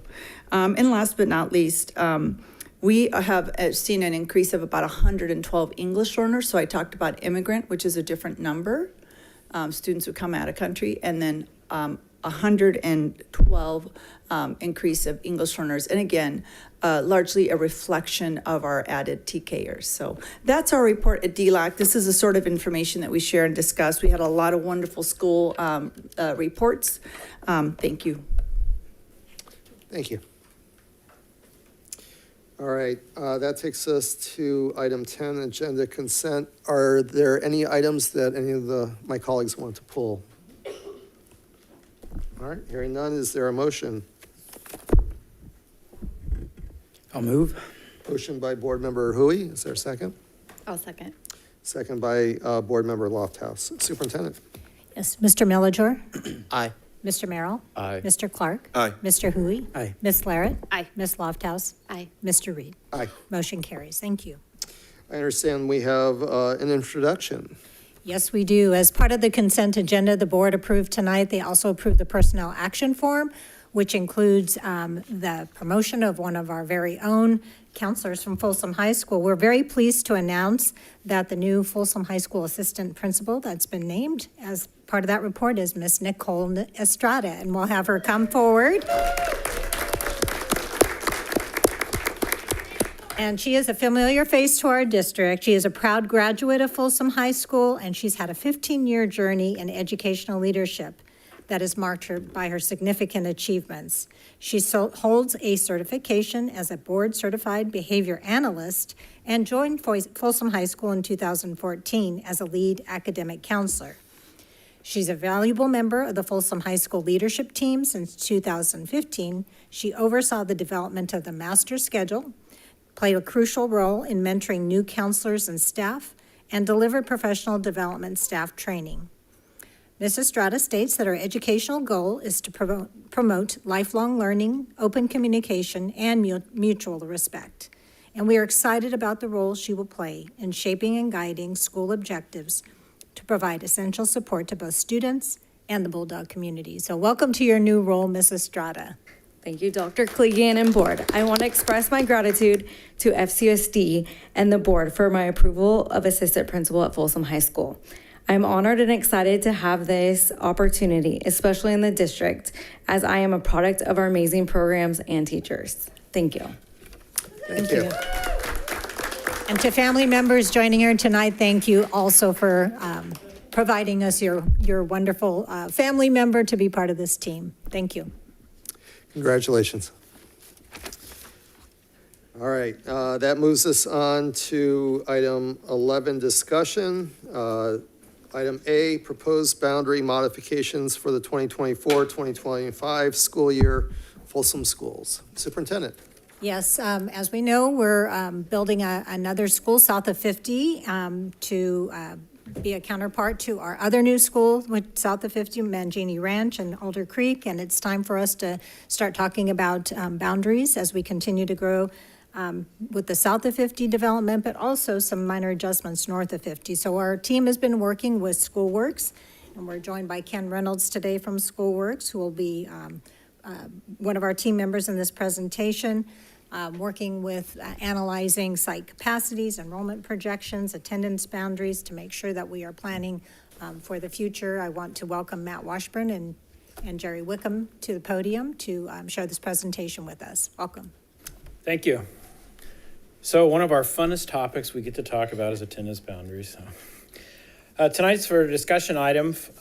We've been working with Ken Reynolds of SchoolWorks, who is going to come up in a few minutes and give a presentation on boundary adjustments.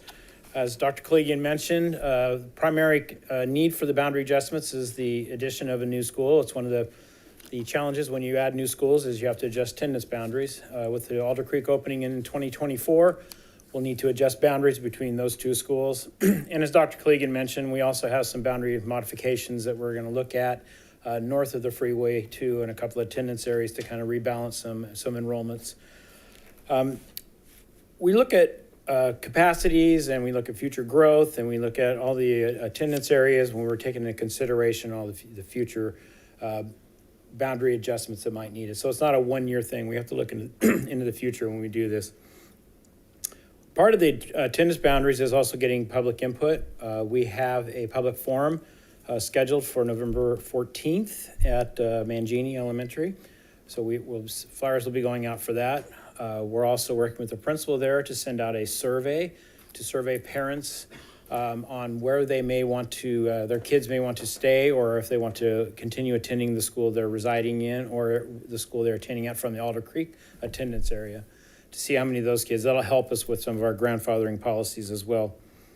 And then in addition to that, we'll also be working with Angela on some public outreach as well. With that, we'll have Ken Reynolds. He's the president of Schoolworks, who's helping us with our demographic studies, all our capacities, enrollment projections, and he's going to run you through this presentation. And then from that, we can talk additionally about some of the grandfathering policies, any questions you have. Thank you. Welcome. Good evening. A little tall for the mic. It's wonderful to be here, and it's been an honor to work with your staff and the superintendent and board members that have been involved in this process. So we have a quick presentation. We'll quickly explain some of the information we've been able to process and share with you. We started by looking at the goals. A lot of that was previously mentioned. The key component is we need a boundary for the new elementary school and the associated impacts of that. So we're looking at some other minor adjustments. And again, everything we're showing you here is the ideas that have been generated and some calculations we've done on what we believe those changes and how they'll impact the enrollments over the future. So I always start with a map of your current boundaries, just as a reference point, so you can understand what the boundaries currently look like. And then, of course, in the yellow items on this map to show where your current school sites are located, and they're all labeled. So I also want to talk about the assumptions that we've seen in all the numbers we share with you. We'd like to do an enrollment projection so we can understand, will this boundary work for the long term, so we don't have to be back here again in another year or two. And so the projections are based on the newest data we collected for this current school year we are in. We do in our projections assume that TK is offered at every campus. I know it's not currently, but that is probably the long-range vision, and so we're showing what it would look like assuming they're at every campus. And then, of course, we do factor in the fact that TK will be offered to all 4-year-olds by 2025, so as that program continues to expand. We do look at the most likely impact of new housing developments. Unfortunately, we don't control what happens with the developers, but we look at all the data from the city and the developers and do our best to predict what's going to be built, where it's going to be built, and when it will be built, and how many students will be generated. And then the final thing is, right, when we're coming to trying to predict the future, the choices parents will make for their children when there is a change. And so in our changes, we're assuming that 50% of them will go with the new boundary, whereas the other half would say, well, I want to stay at the school I'm already enrolled in. And so basically the grandfathering provisions that are likely going to be offered. So this map shows the ideas that were generated on some changes that could happen in the north of 50 boundary. One idea is to expand the boundary for Gallardo. At Sandra J. Gallardo right now, they're have a very large enrollment because of the overflow coming from south of 50. And this is the green area you're referencing, correct? On the map? Yes. Yes. Yes, okay. And so that would be added to Gallardo from the Goldridge area. And then to help offset the drop they're going to see with the opening of Alder Creek. And then on the north side of the map, another idea that was generated was all the multifamily units and apartments that are on the other side of Bidwell that currently go to Goldridge were considered, how would the numbers look if those were assigned to Oak Chan? Now, one of the things that we'll see in the numbers is if we do both of these adjustments, it brings the numbers at Goldridge quite low. So here's the way we normally present our enrollment projections. What we show on this page in the red line is 4 years of historic enrollment. So we can see the low numbers we had at Sandra J. Gallardo, around 350 students. And of course, this year much larger.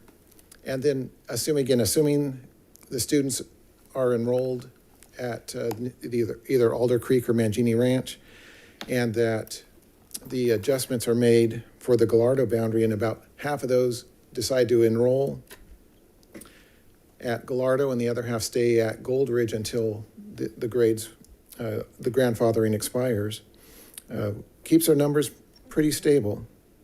We are seeing a slight decline. We're seeing that in a lot of areas for elementary schools due to lowering birth rates. And unless we have development to help offset that, there is just a natural decline at many elementary schools. And the other line we show on here is our classroom capacity for the campus. And these capacities on these charts do include the portables we have on our sites.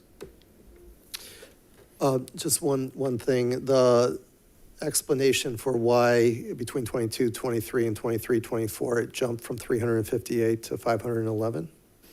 Yeah, that was the overflow coming from south of 50 because there's not enough capacity at Mangini Ranch to house all the students. Yeah. Thank you.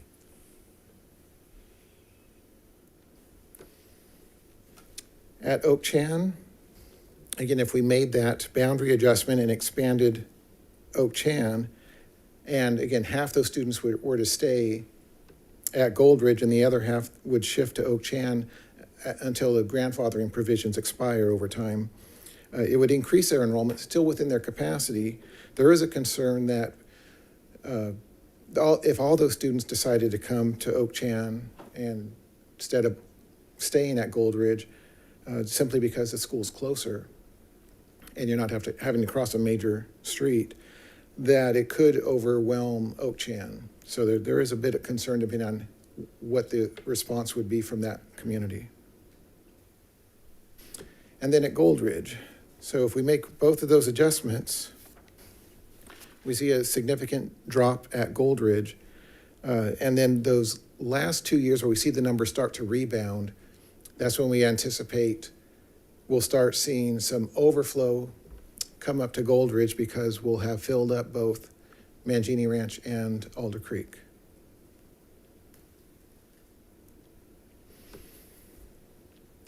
So then we look at south of 50.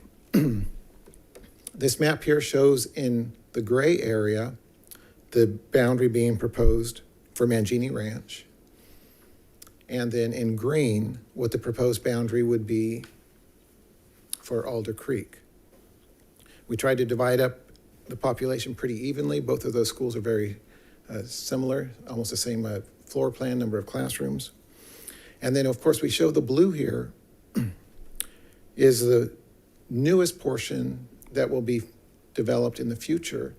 Again, no students there yet, but the development plan for that portion south of 50 is going to create an overflow situation. So one consideration was to go ahead and assign that to Goldridge now so that as developers come in and build there, they're aware that they're going to be needing, there's not enough space at the two schools that are south of 50. So until we have a third school, they could be assigned to Goldridge. And assuming the city builds the throughway for Oak Avenue, then they would also be able to have an easy access to Goldridge. So the numbers here, first we start with Mangini Ranch. And again, you can see that the school opened over the last 3 years. They've reached their capacity. So assuming that we allow the current third and fourth graders that are already enrolled at Mangini Ranch to stay there for fourth and fifth grade next year, we would see a slight drop in enrollment. Again, the rest of the students we're assuming a 50% would want to stay at Mangini Ranch and the other 50% would enroll at Alder Creek. So again, the Mangini Ranch is going to stay full. It'll have 1 year reprieve. Then when we move on to Alder Creek, again, it fills up within 3 years and then the enrollment sort of stabilizes because the development within that green area on the map has built out, at least for what's planned over the next 5 to 6 years. So again, both schools will be full and we'll be having to shift any future students up to Goldridge or somewhere else north of 50. And then the final page here shows what the district map would look like for the elementary schools in Folsom with those changes. And again, they're just ideas. We're here to get feedback from the board and from the community to find out what's going to work best for all of the students in your district moving forward. So Again, this is our initial ideas, working as a collaborative group with your staff. And again, we'd like to hear some feedback from you this evening and then from the community. I did have one final page on some data for you. The south of 50, so the Folsom Ranch area, this school year, we looked at the data. You currently have 878 elementary students living in that region, 344 middle school students, and 346 high school students. So those are the students that are, the middle and high school are being housed north of 50. And so that's basically 700 students in the secondary grades. And so that's having an impact on our middle and high schools. We are assuming there's an average of 640 new homes built per year in the south of 50 area. And our calculations are showing we should plan for a new elementary by around 2030. So a third elementary school south of 50. And then again, our initial calculations, we're gonna be coming back with more information on the middle and high schools at a future point, probably in the spring. But we are projecting that all those students being generated south of 50 will create a situation where we don't have enough capacity at either Vista Del Lago or Folsom High. So we're looking at all sorts of options, whether we need to add capacity or any other creative outside the box ideas to try to alleviate the need for having to build a high school sooner than later. Board President? Yes. That's a clarifying question on this page 13 that we're on right now. This is for students south of 50, just in the Folsom boundary that you showed us? Correct. Okay, thank you. Yeah, it does not include the Rio del Oro area that was talked about a little earlier. Right. That's part of SFID 3. And actually, I'll remind the board as well as the public that the discussion on secondary schools, middle and high school, will be taking place in January. So this is just the elementary boundaries. We will be obviously dealing with that topic soon. So, all right. So let's start with questions from the board. Actually, we'll start with the students. Any questions? No. Yeah, just a clarifying question on slide 5. Each little red dot, does that represent a household with an elementary school student? The one with the map and the little red dots? Right, the red dots represent where students live as of this school year, but it could be any grade. And one dot could represent more than one student. It's like, especially in the apartment complexes, they just have one address for the entire apartment complex. We could have, I think there was like 80 students in that triangle on the north side of Bidwell that are currently going to Goldridge. Yeah, so, but in general, that does represent households. Okay, thank you. With students. Okay. Board Member Lofthouse, any questions? Maybe just, I don't know, for grandfathering in the current students, do you do that in a way where they are grandfathered in so they could complete in elementary school, for example, if they were first graders, that they could go all the way through 5th grade and then, or is there different expirations for that? That's normally what most districts do, but again, it's up to the board to make a final decision on what grandfathering provisions you want to offer. Okay. That is a very common solution. Thank you. Okay. Board Member Clark? Yeah, and I want to piggyback on that. So the proposed boundary projection that you had on slide 10, if you can go to slide 10, is for current 3rd and 4th graders that are grandfathered in. So will that apply to all grade levels or just the 3rd and 4th grade? Well, obviously you get to decide. Okay. It's an interesting situation in the south of 50 because of the way the boundaries are being proposed, right?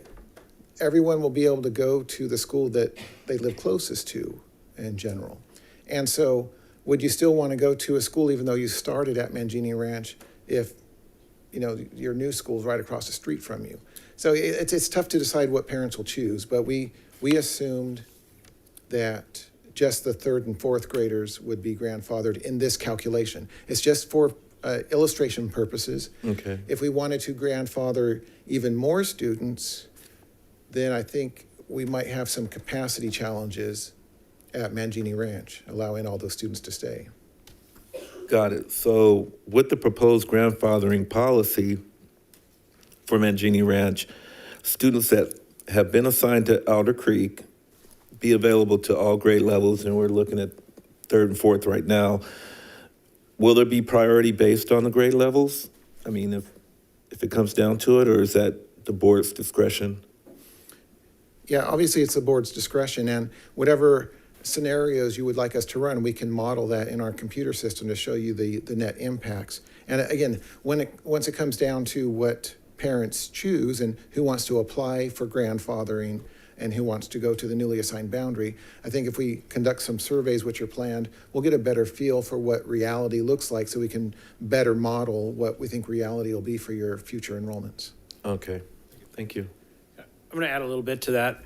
We've looked at some data too as well, and we know that some of the residents there attend some of the schools they probably will continue staying, such as Riverview STEM, the Judah Academy area, and some of the things like that. I think with additional information, and also when we do the surveys to determine how many of the parents want to have their kids attend the school they reside in, or if they want to continue staying at the school that they have been going to. Once we have that information, I think we'll have more details on what can be offered as grandfathering. We kind of looked at some stuff today, and I think for the most part, based on space availability, it could depend on the grade level, impaction, but most of the students should be able to be grandfathered in at that time. But that, we'll know more information as we have more data and do some more surveys, and we have the community forum, and we do some of these surveys. So it's based on that. I also want to add that we're continuing to monitor the development too, because these things change and fluctuate, and as the developers change their counts, some of these numbers will change. If the Glenboro development happens to kick in, some of those kids will have to be overflowed to this area during that time period as well. So there's a lot of factors. Ken's taken the best information that we have based on the information we know right now, but obviously it'll have to be adjusted for each year. Okay, and we're just doing one community forum? Yes. Okay.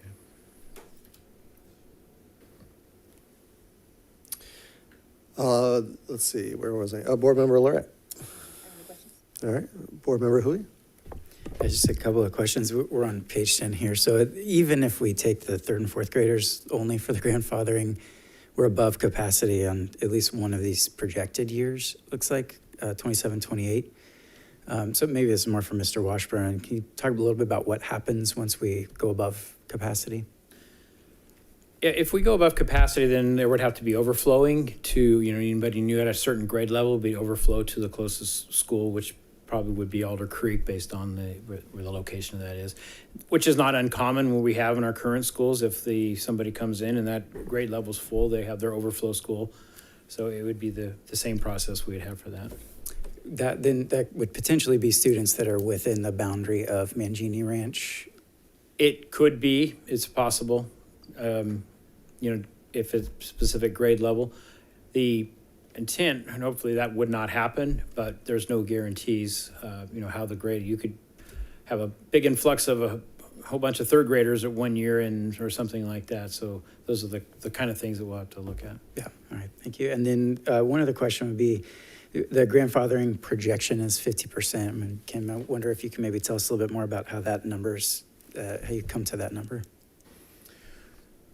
Again, just looking at the data and having done lots of different boundary studies and analyze the impacts that took place after changes were made in districts throughout the state. So again, it's just a placeholder to illustrate what the options could look like, what the likely impacts are. Again, we're going to want to monitor it, and then even after the change is made, right, we're going to want to look at the brand new enrollment as it comes in to see where reality is, and then we update projections at that point. So again, it's just an ongoing process, but it's our best estimate based on the little bit of information we have in history until we have some information from the surveys and the community reach outs that we're going to be doing. Thank you. On slide 12. You know, I suppose this is probably more of an academic question than a realistic question, because I don't think we necessarily foresee the Aerojet property west of Prairie City being developed, although the developers threatened that they're going to develop any moment, but they've been threatening that for 15 years now. But, you know, I'm wondering if we should consider the land bounded by 50 Prairie City, White Rock, over to the, I guess, the future Hazel extension. I wonder if we should consider that identified for Natoma Station, even though it's, you know, most likely it's not going to be developed before we develop some other elementary schools to support that. Because right now we have it identified for Mangini Ranch, which is already at capacity or virtually at capacity. So if for some reason Aerojet does build a couple of houses, you know, having those students within that area identified for Natoma Station, which is adjacent to it, rather than sending them all the way down to Mangini Ranch, which doesn't have capacity. Just, again, maybe it's more of an academic question than something that will actually happen, but. Yeah, you know, great thought.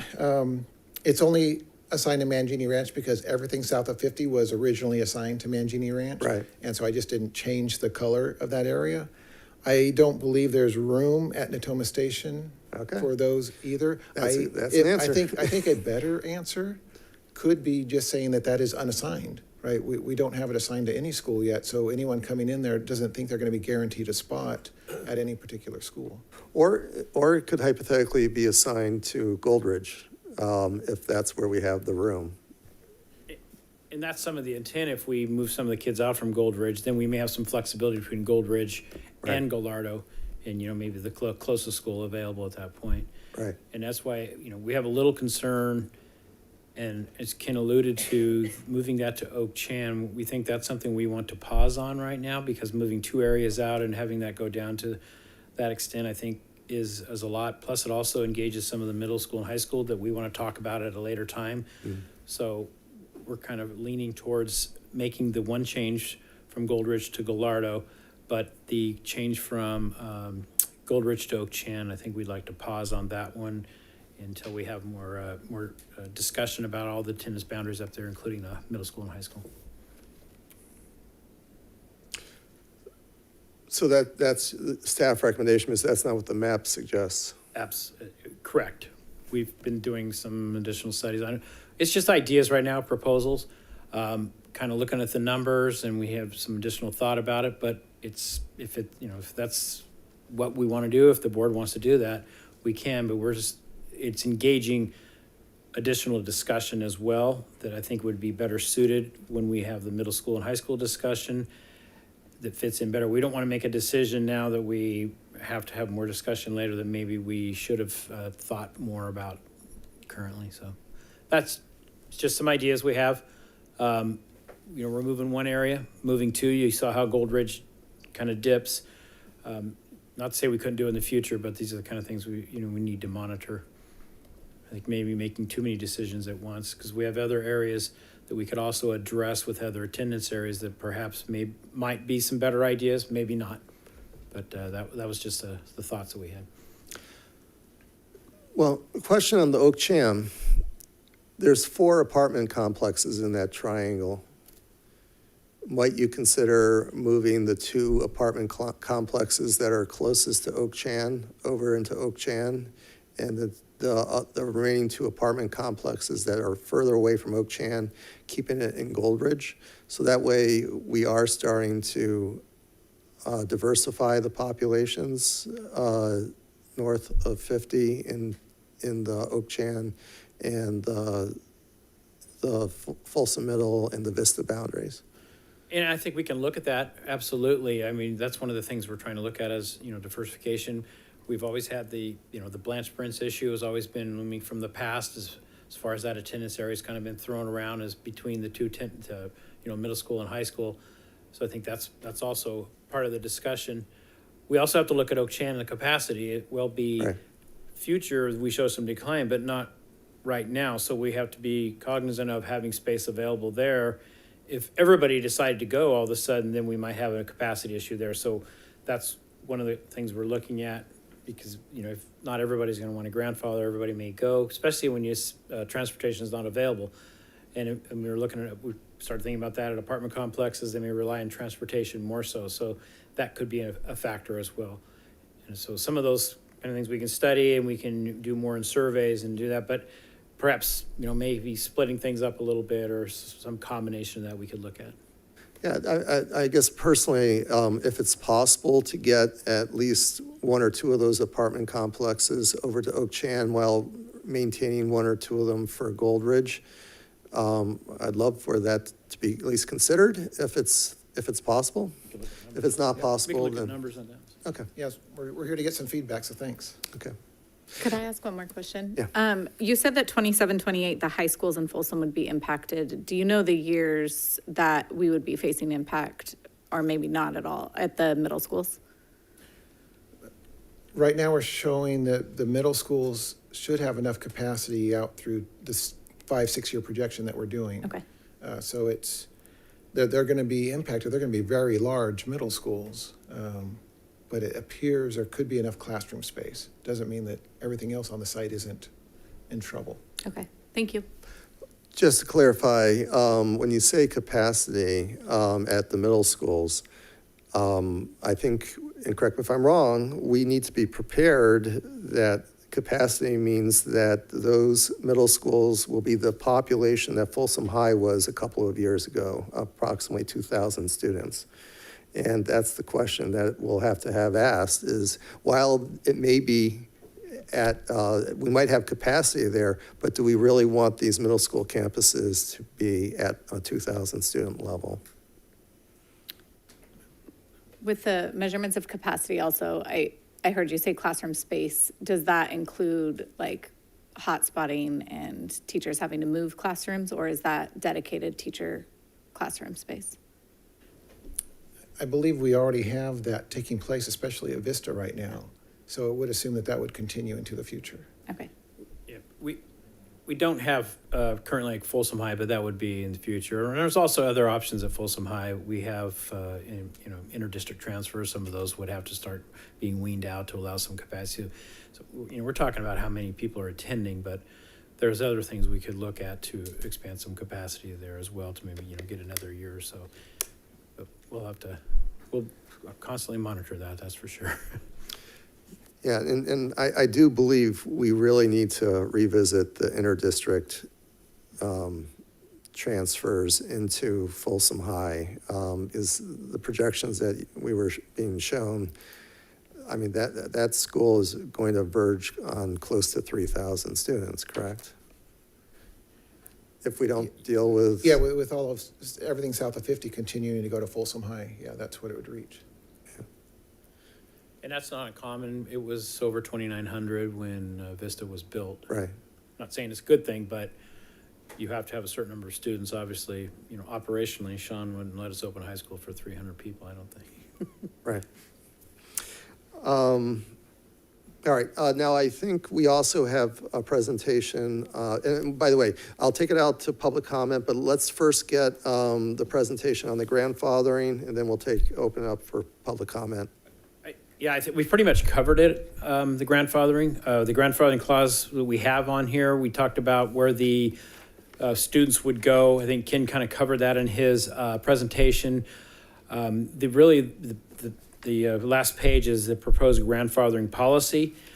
And it's basically students whose residence was transferred to the boundaries of another elementary school have the option to remain at that school they attended during the 23-24 year if there is space available. And then grandfather students Slide 3 if you want to. Yeah, I'm sorry, slide 3. I guess I have a clicker, right? Thank you. And then grandfather students will be accepted prior to allowing school choice. But grandfathering, there is no transportation for grandfathered students. So the idea is to allow, obviously, the students that reside within the attendance area, they would have first priority. The students who attend that school but are in another attendance area then would be the next priority based on space availability. And they would become before any choice or anybody out from inter-district transfers. That's kind of the policy or the priority that we have in place right here. And like I said, this is all, for discussion and will be looked at. And as we have more of the surveys come in, the forum, like I said, we have a survey going out to everybody who's going to Mangini but will be living in the Alder Creek attendance area. We're going to ask them, what is your preference or where do you plan on going? It may be 50% say, I want to stay there, and 50% may want to go. If that's the case, anybody who wants to go would have the capacity to stay there. So once we have that information, then we can kind of solidify this a little bit more. Is there anything for siblings? So if we went into like third, fourth grandfathering and they have a first or second grader sibling, is that something that we consider or put in? Currently, we don't have that. I mean, that's something we could add, but I think everything is based on space availability. Yeah. So it depends if it gets down to that level. And each year, it would obviously get a little better as the kids stay there. And we have some kids who probably want to stay at where they're currently going, Russell Ranch or Gallardo or Gold Ridge. If they're maybe a fifth grader, they may want to stay there. So based on the students who are at the schools they are at now, schools who are the kids who are attending perhaps the academy or STEM or some of those, likely some of those would stay. Once we have some of those numbers, we may be able to accept all of the choice, or not the choice, the grandfather students, but those are the kind of things we're working on. All right, let's open it up for public comment. Is there any members of the public who would like to comment? Please come up to the microphone and state your name. My name is Santosh Sangres, and you guys were talking about pay grades. This is a perfect example because this was way above my pay grade, right? But I have a quick question. You seem to have two ideas which, if implemented simultaneously, would run Gold Ridge to the ground, right? I'm saying, and there also seems to be an idea that there's a direct road from Mangini to Gold Ridge. That Folsom City is probably, these are what I heard, which is why, I don't know. If that is really the case, then why can't we convert Gold Ridge into a middle school? Implement both the ideas, reduce their population to 0 on the elementary side, and just convert it over to a middle school. Because we do need a middle school. And there seems to be a direct line from south of 50 to Gold Ridge at some point, based on what I heard. So would you not solve two birds with one shot? You'd have a middle school directly accessible to the south of 50, and you'll have other locations where you could. So there seems to be a drive to maintain Gold Ridge enrollments at those numbers, and I'm like, why?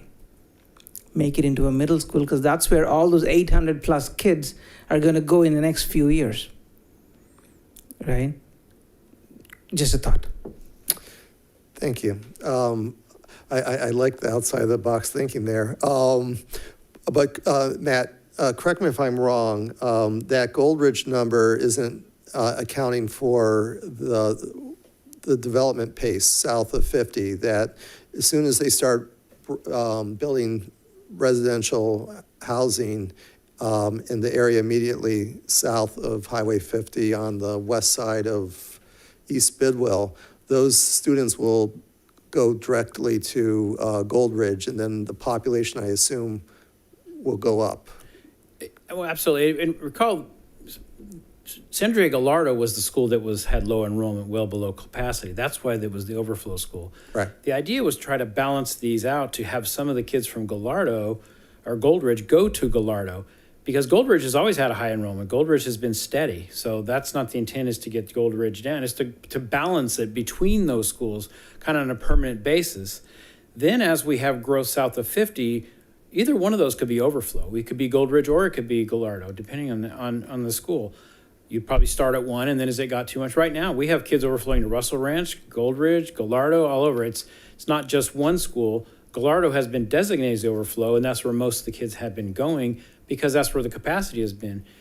If we close down Goldridge, we wouldn't have enough capacity at the remaining schools for those kids to go at the other schools. So it is needed for that. That's not the intent is to run it down. It's the intent is to balance everything. And that's kind of what we're looking at, and to maintain capacity for future growth south of 50 as well.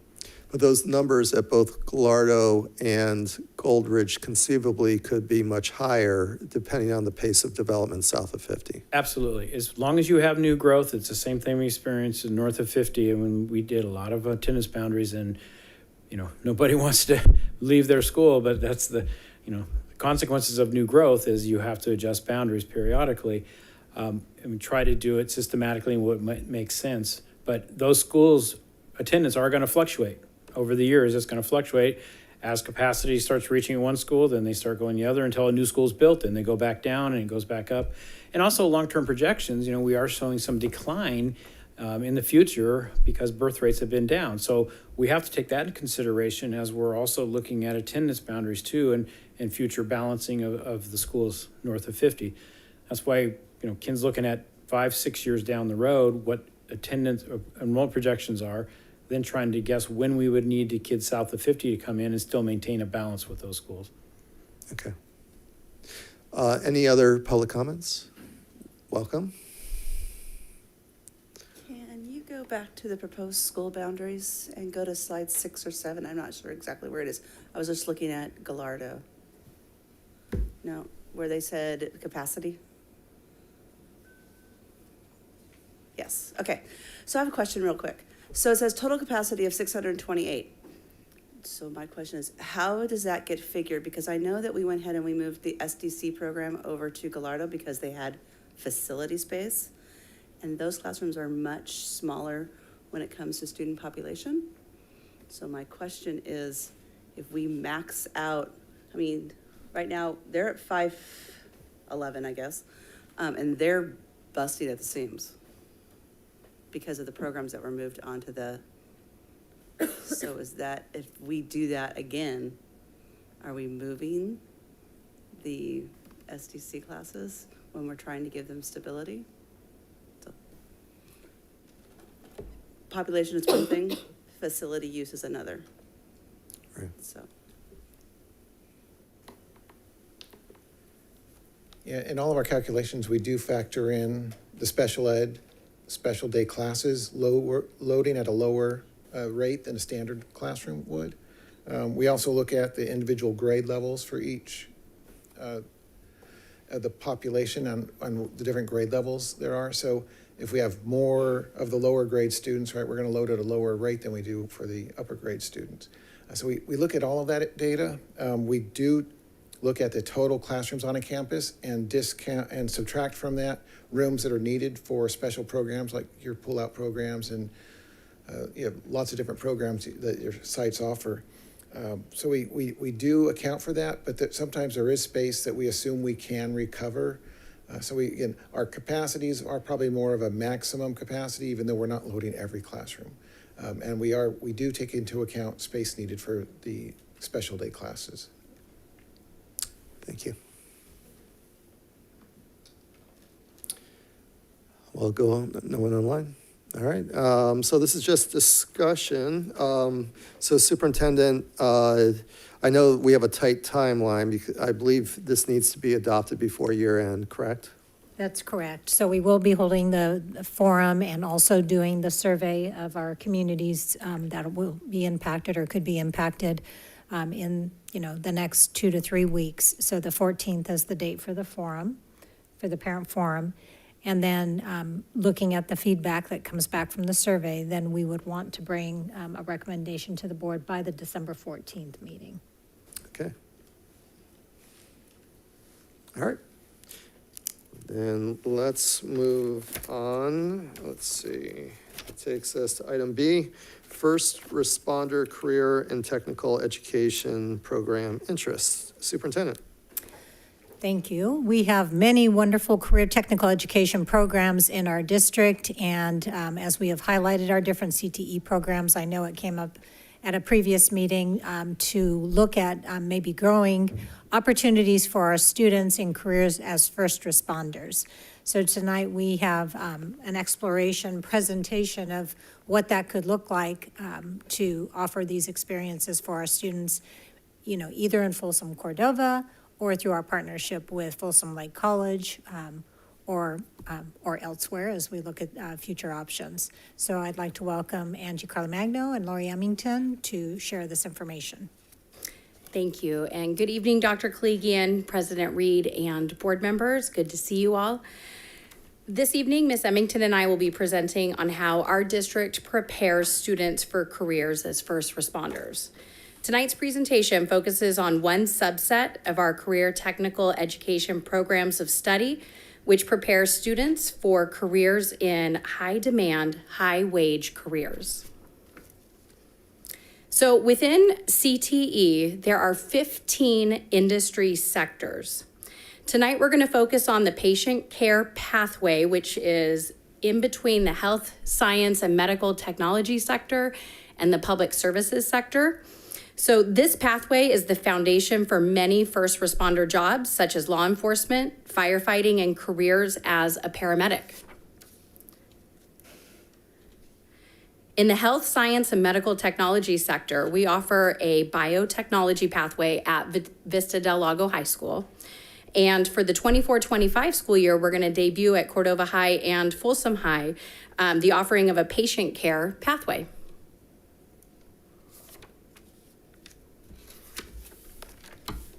All right, this slide shows our three programs. At Vista Del Lago, we have the biotech pathway. At Folsom High, we will be having the patient care pathway. And then at Cordova High, we also have the patient care pathway, but we have a dual enrollment program with Folsom Lake College. And so they can take these courses as well and get college credit while they're also getting high school credit.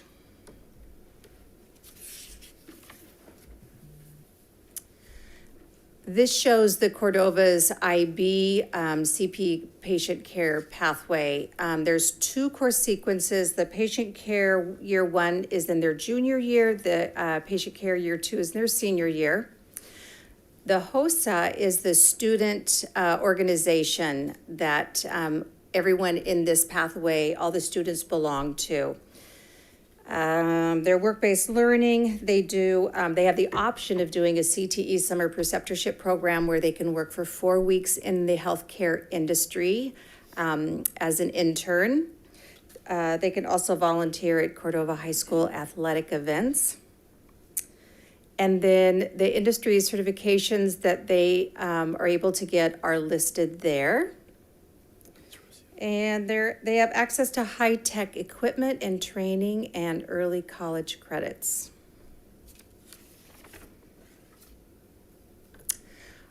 The industry-specific equipment that I spoke about on the last slide includes an ambulance simulator, which we'll see a picture in just a second, anatomotage tables, where they can do dissections and things like that. Virtual reality, which is that middle picture, I have absolutely no idea what they're looking at there and what those round things are, but it looks... They're checking patients. They're actually checking and diagnosing patients. With those circle things. Okay, I had no idea. That looks very cool. And then the sim rated with GoPro head-mounted headphones is what you're seeing right there as well. All right, and here's, you can see the simulator. If you haven't seen it, it's worth going and checking out. It is actually like an ambulance. And then you can see the poor patient there with the bad wig. And it's set up just as though they are working in an ambulance and working on patients in a medical environment. Oops. And here we have our students in action, CPR on a baby and on Recessa Annie down there. And then the students, you can see they dress in scrubs. They're embroidered with the name and the logo of the pathway. And they look like young professionals.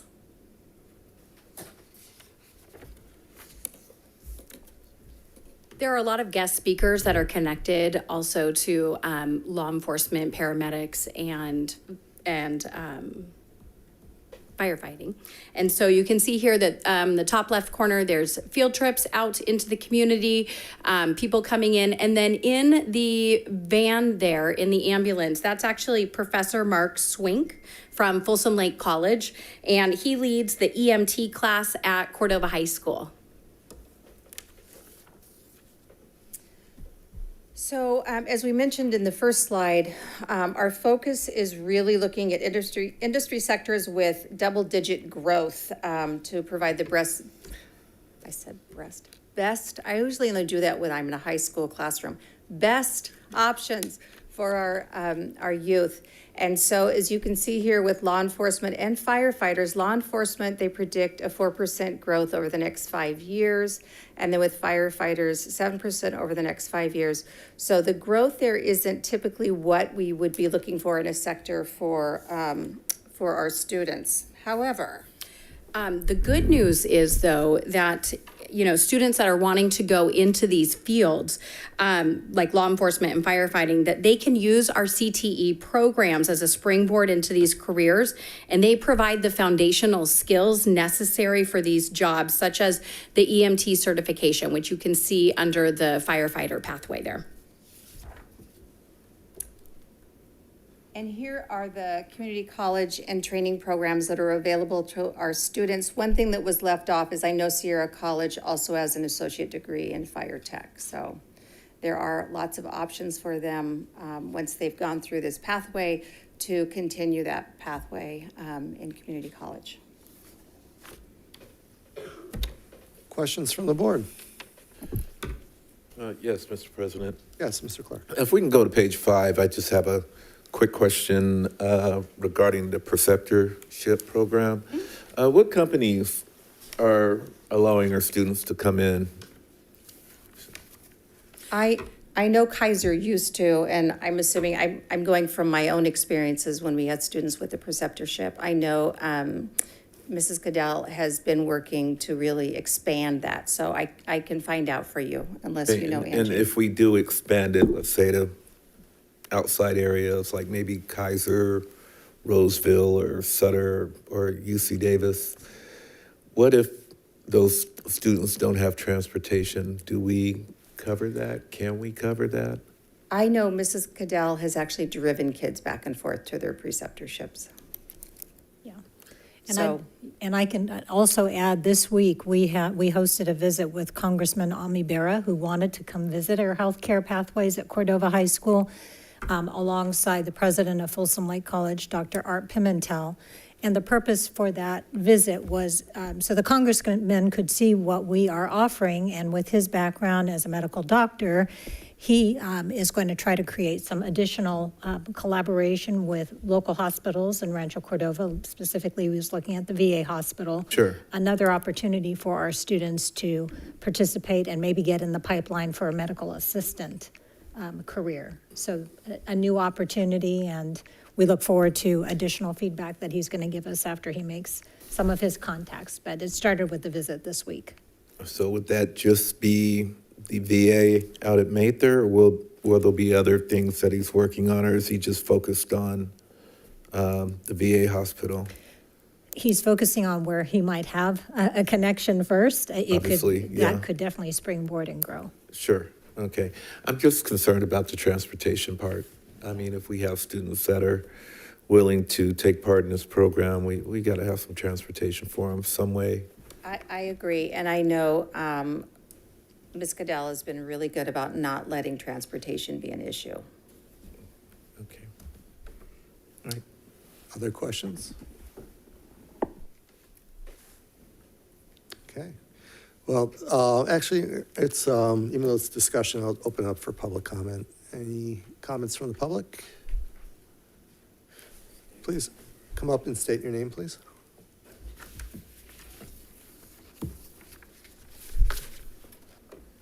Stan Jones, parent of one Folsom student, and other students who have passed through. Years ago, there was an administration of justice program at Cordova High School.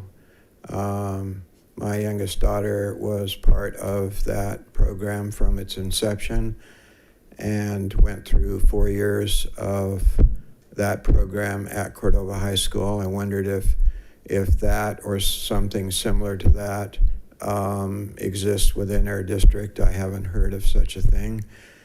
That was closely run with Sac County Sheriff prior to the existence of the city of Rancho Cordova. And the other was, I wonder about, I know that CTE, that in the case of my kids, you know, we're oriented to going to the military, to college, not to work. But I know that the majority of kids, our kids in our community, will go to work. So I think it's great that we have CTE to help prepare our kids for that. I wonder in things, when I go over to Kaiser, and I see people in offices, those are people who are adults who are there full-time. This is their career path, or is this something that perhaps the education system sees as a exit from high school transitioning to adult world? Thank you.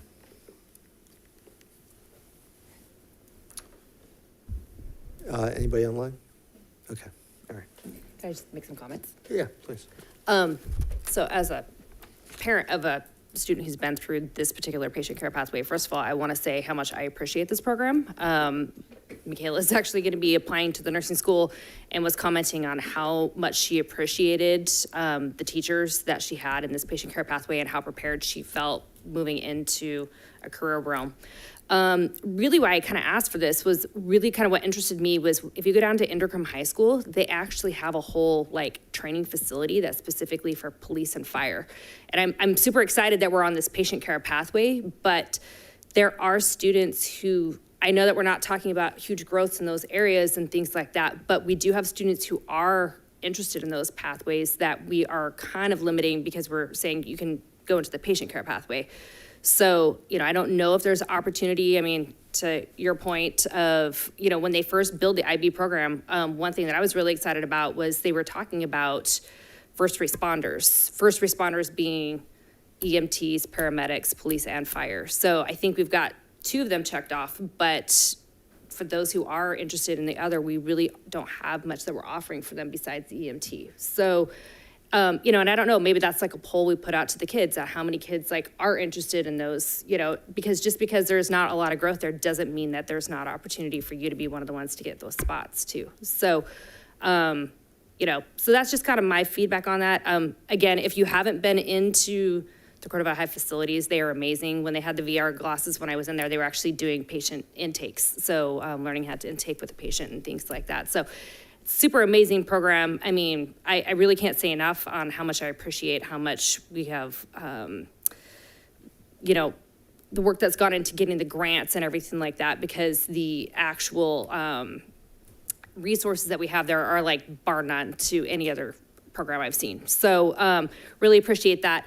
Just feel like there is still a little bit of a gap for those students who, you know, really are looking into maybe a military career or something like that, that maybe this would interest them with that. So don't know if there's like some possibility that we can maybe go and ask kids. And maybe it's not just this particular pathway that we're looking for, but what other pathways are they like interested in, you know, that we could maybe supplement with some of our existing programs. So that's it. Thank you. All right, let's see. Actually, I will make one comment on that before we get off of that, since it's just discussion. You know, obviously, we will be looking at high schools eventually, south of 50 in both Rancho Cordova and Folsom. And similar to how we have the CTE building at Folsom High. We have IB and some career-related professions at Cordova High. You know, while we're in the process of constructing and envisioning these high schools south of 50, this might be an opportunity for us to maybe identify what would make those schools unique in offerings, and maybe hypothetically a firefighter, police component might be something we might consider at one of the high schools while south of 50, while we're in the process of identifying what we're building, how, you know, where we're building it, and et cetera, et cetera. But just something for staff to, I guess, consider. But thank you for the presentation. We do have a wonderful CTE program throughout the district, and I think the board is very enthusiastic at its expansion. So, excuse me. That takes us to item 12, Superintendent Report. Superintendent. Thank you. I'd also like to thank the students and staff that joined us tonight from Prospect Community Day School, Kenny High School, to the 3 students that spoke tonight and shared their lived experiences and their pathway and their journey now. I just want them to know they're an inspiration and role model to others that, you know, may be watching them as well. But grateful for the staff at both of those schools and our leadership there, and very proud of our students that are, you know, on a pathway for success in their lives. Also in front of you is an article published in the AXA Leadership magazine about the 20-day attendance challenge. Please take a look at it when you have a chance. This was actually submitted and published. It was submitted by Scott Meyer and Maggie Coonan from our ADP department, Attendance and Due Process. And attendance has been a major focus throughout the state of California. It is one of AXA's major initiatives, CSBA's as well. So to be highlighted in the AXA Leadership magazine, you know, and the initiatives that we have in place and the progress that we're seeing so far is definitely something that we are proud of. And also, both Scott and Maggie presented this week at the AXA Leadership Conference in Sacramento on the same topic. So shout out for them. Today we had a 2x2 meeting with the city of Folsom, and you know, we talk about updates, but there was one topic in particular that was brought up here at the board, I think by Mr. Hui, about talking about electric scooters that are causing some safety concerns because of the youth that are riding them. And I say youth because I think we've learned through this process in our partnership with Folsom PD and Rancho Cordova PD that it takes a driver's license for anyone to be operating an electronic scooter. Did y'all know that? I didn't know that beforehand. It also requires that the driver on there is wearing a helmet, that if they come to an intersection, they have to get off the scooter and walk their scooter through the intersection. They may not ride them on sidewalks. They can ride them on the road if they have a license. So what we have seen is we have more and more youth that are riding scooters that don't meet that criteria.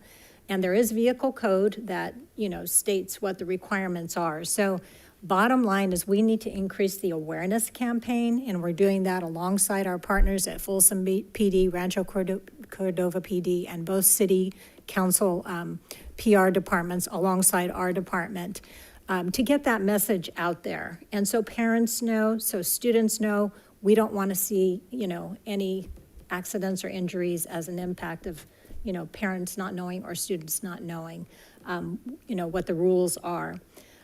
So I think as we get into almost the holidays and Black Friday sales and people going out and shopping for their children and grandchildren, is probably just a good time to increase that awareness. And I wanted our board to know that that was a topic today, and we're going to continue to promote that campaign with our law enforcement partners.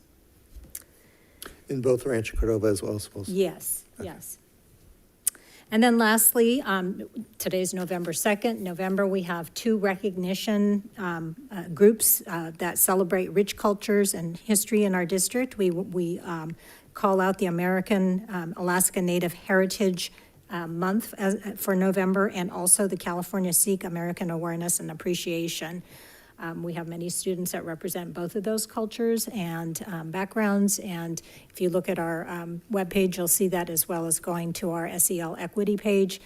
You'll see what's happening in our schools and classrooms to celebrate the rich heritage of both of those groups.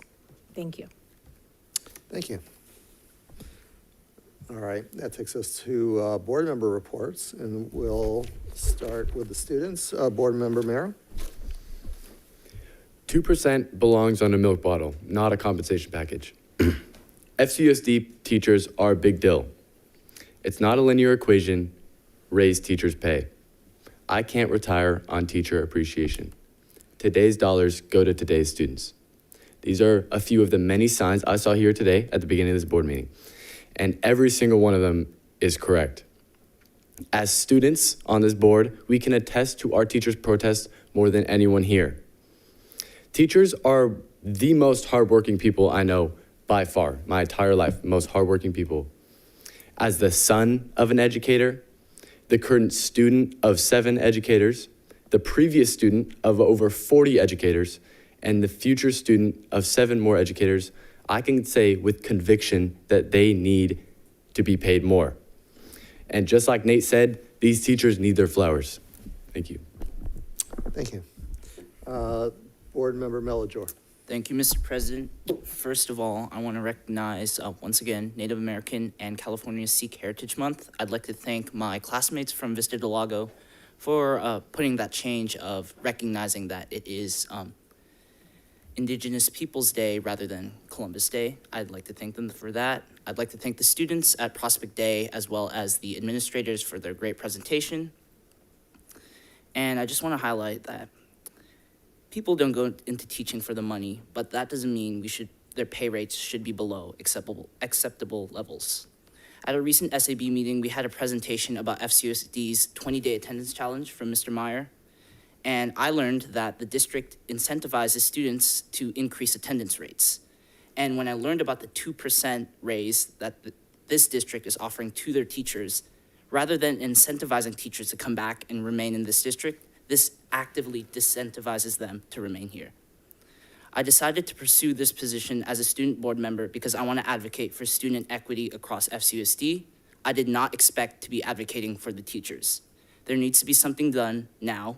If all these teachers leave, the difficulties fall on this district and the students. At this point, I am surprised and appalled that this conversation is continuing since the beginning of the school year. The inaction of this board is making me think that this district is colorblind because we can't apparently see all the red shirts earlier, as well as previous board meetings. We have so many more goals that we need to focus on to achieve educational equity in our mission statement. Thank you. Thank you.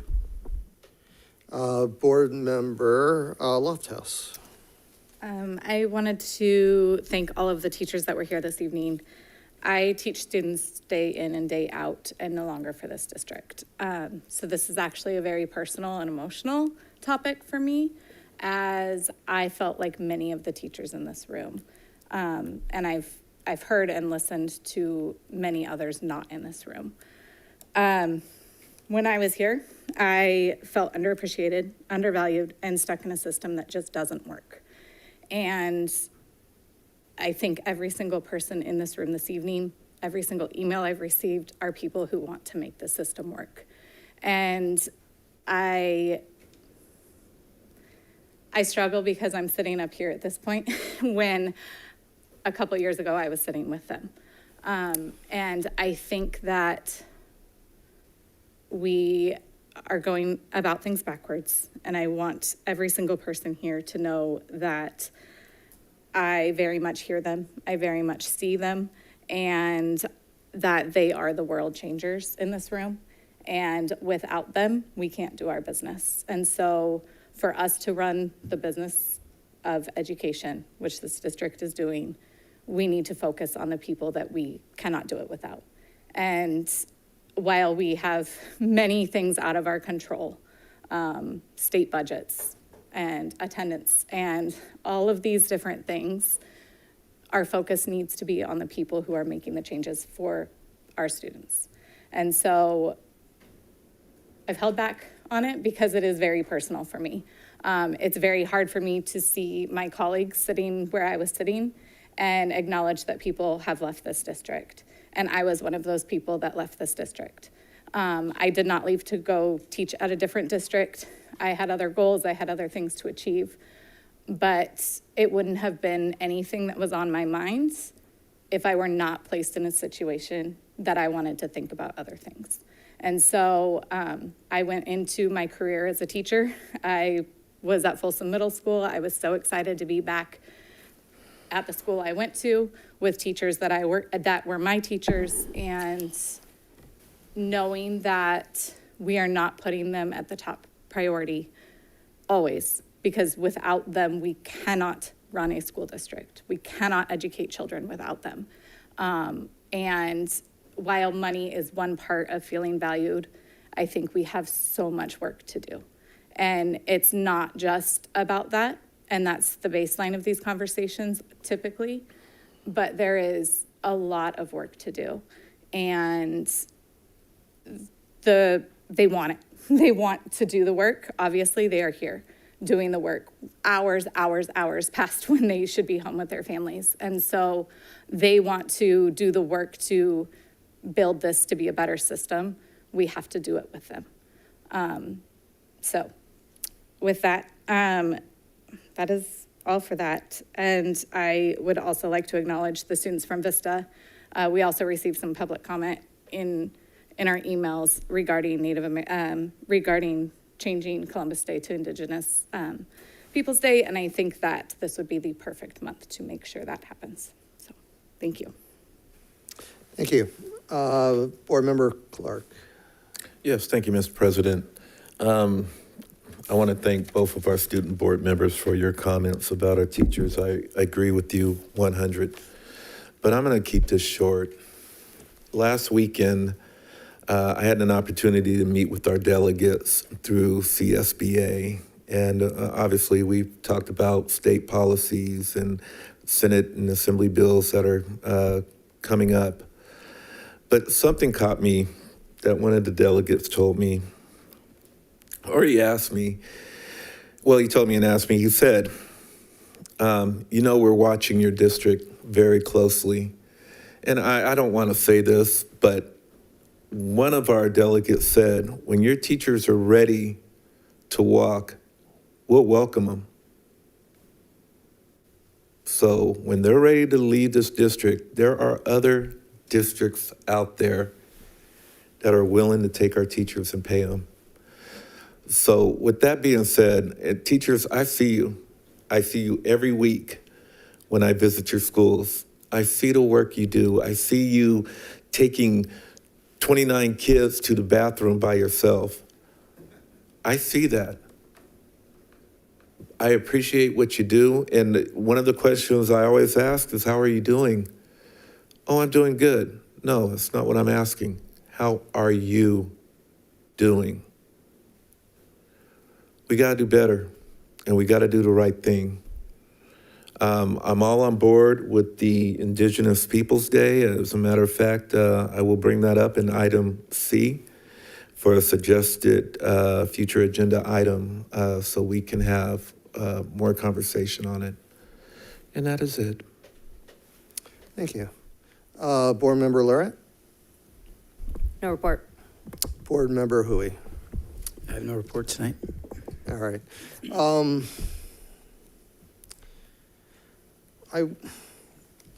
While I want to bring this up under suggested future agenda items, I'm not going to, because I don't want to run afoul of collective bargaining right now.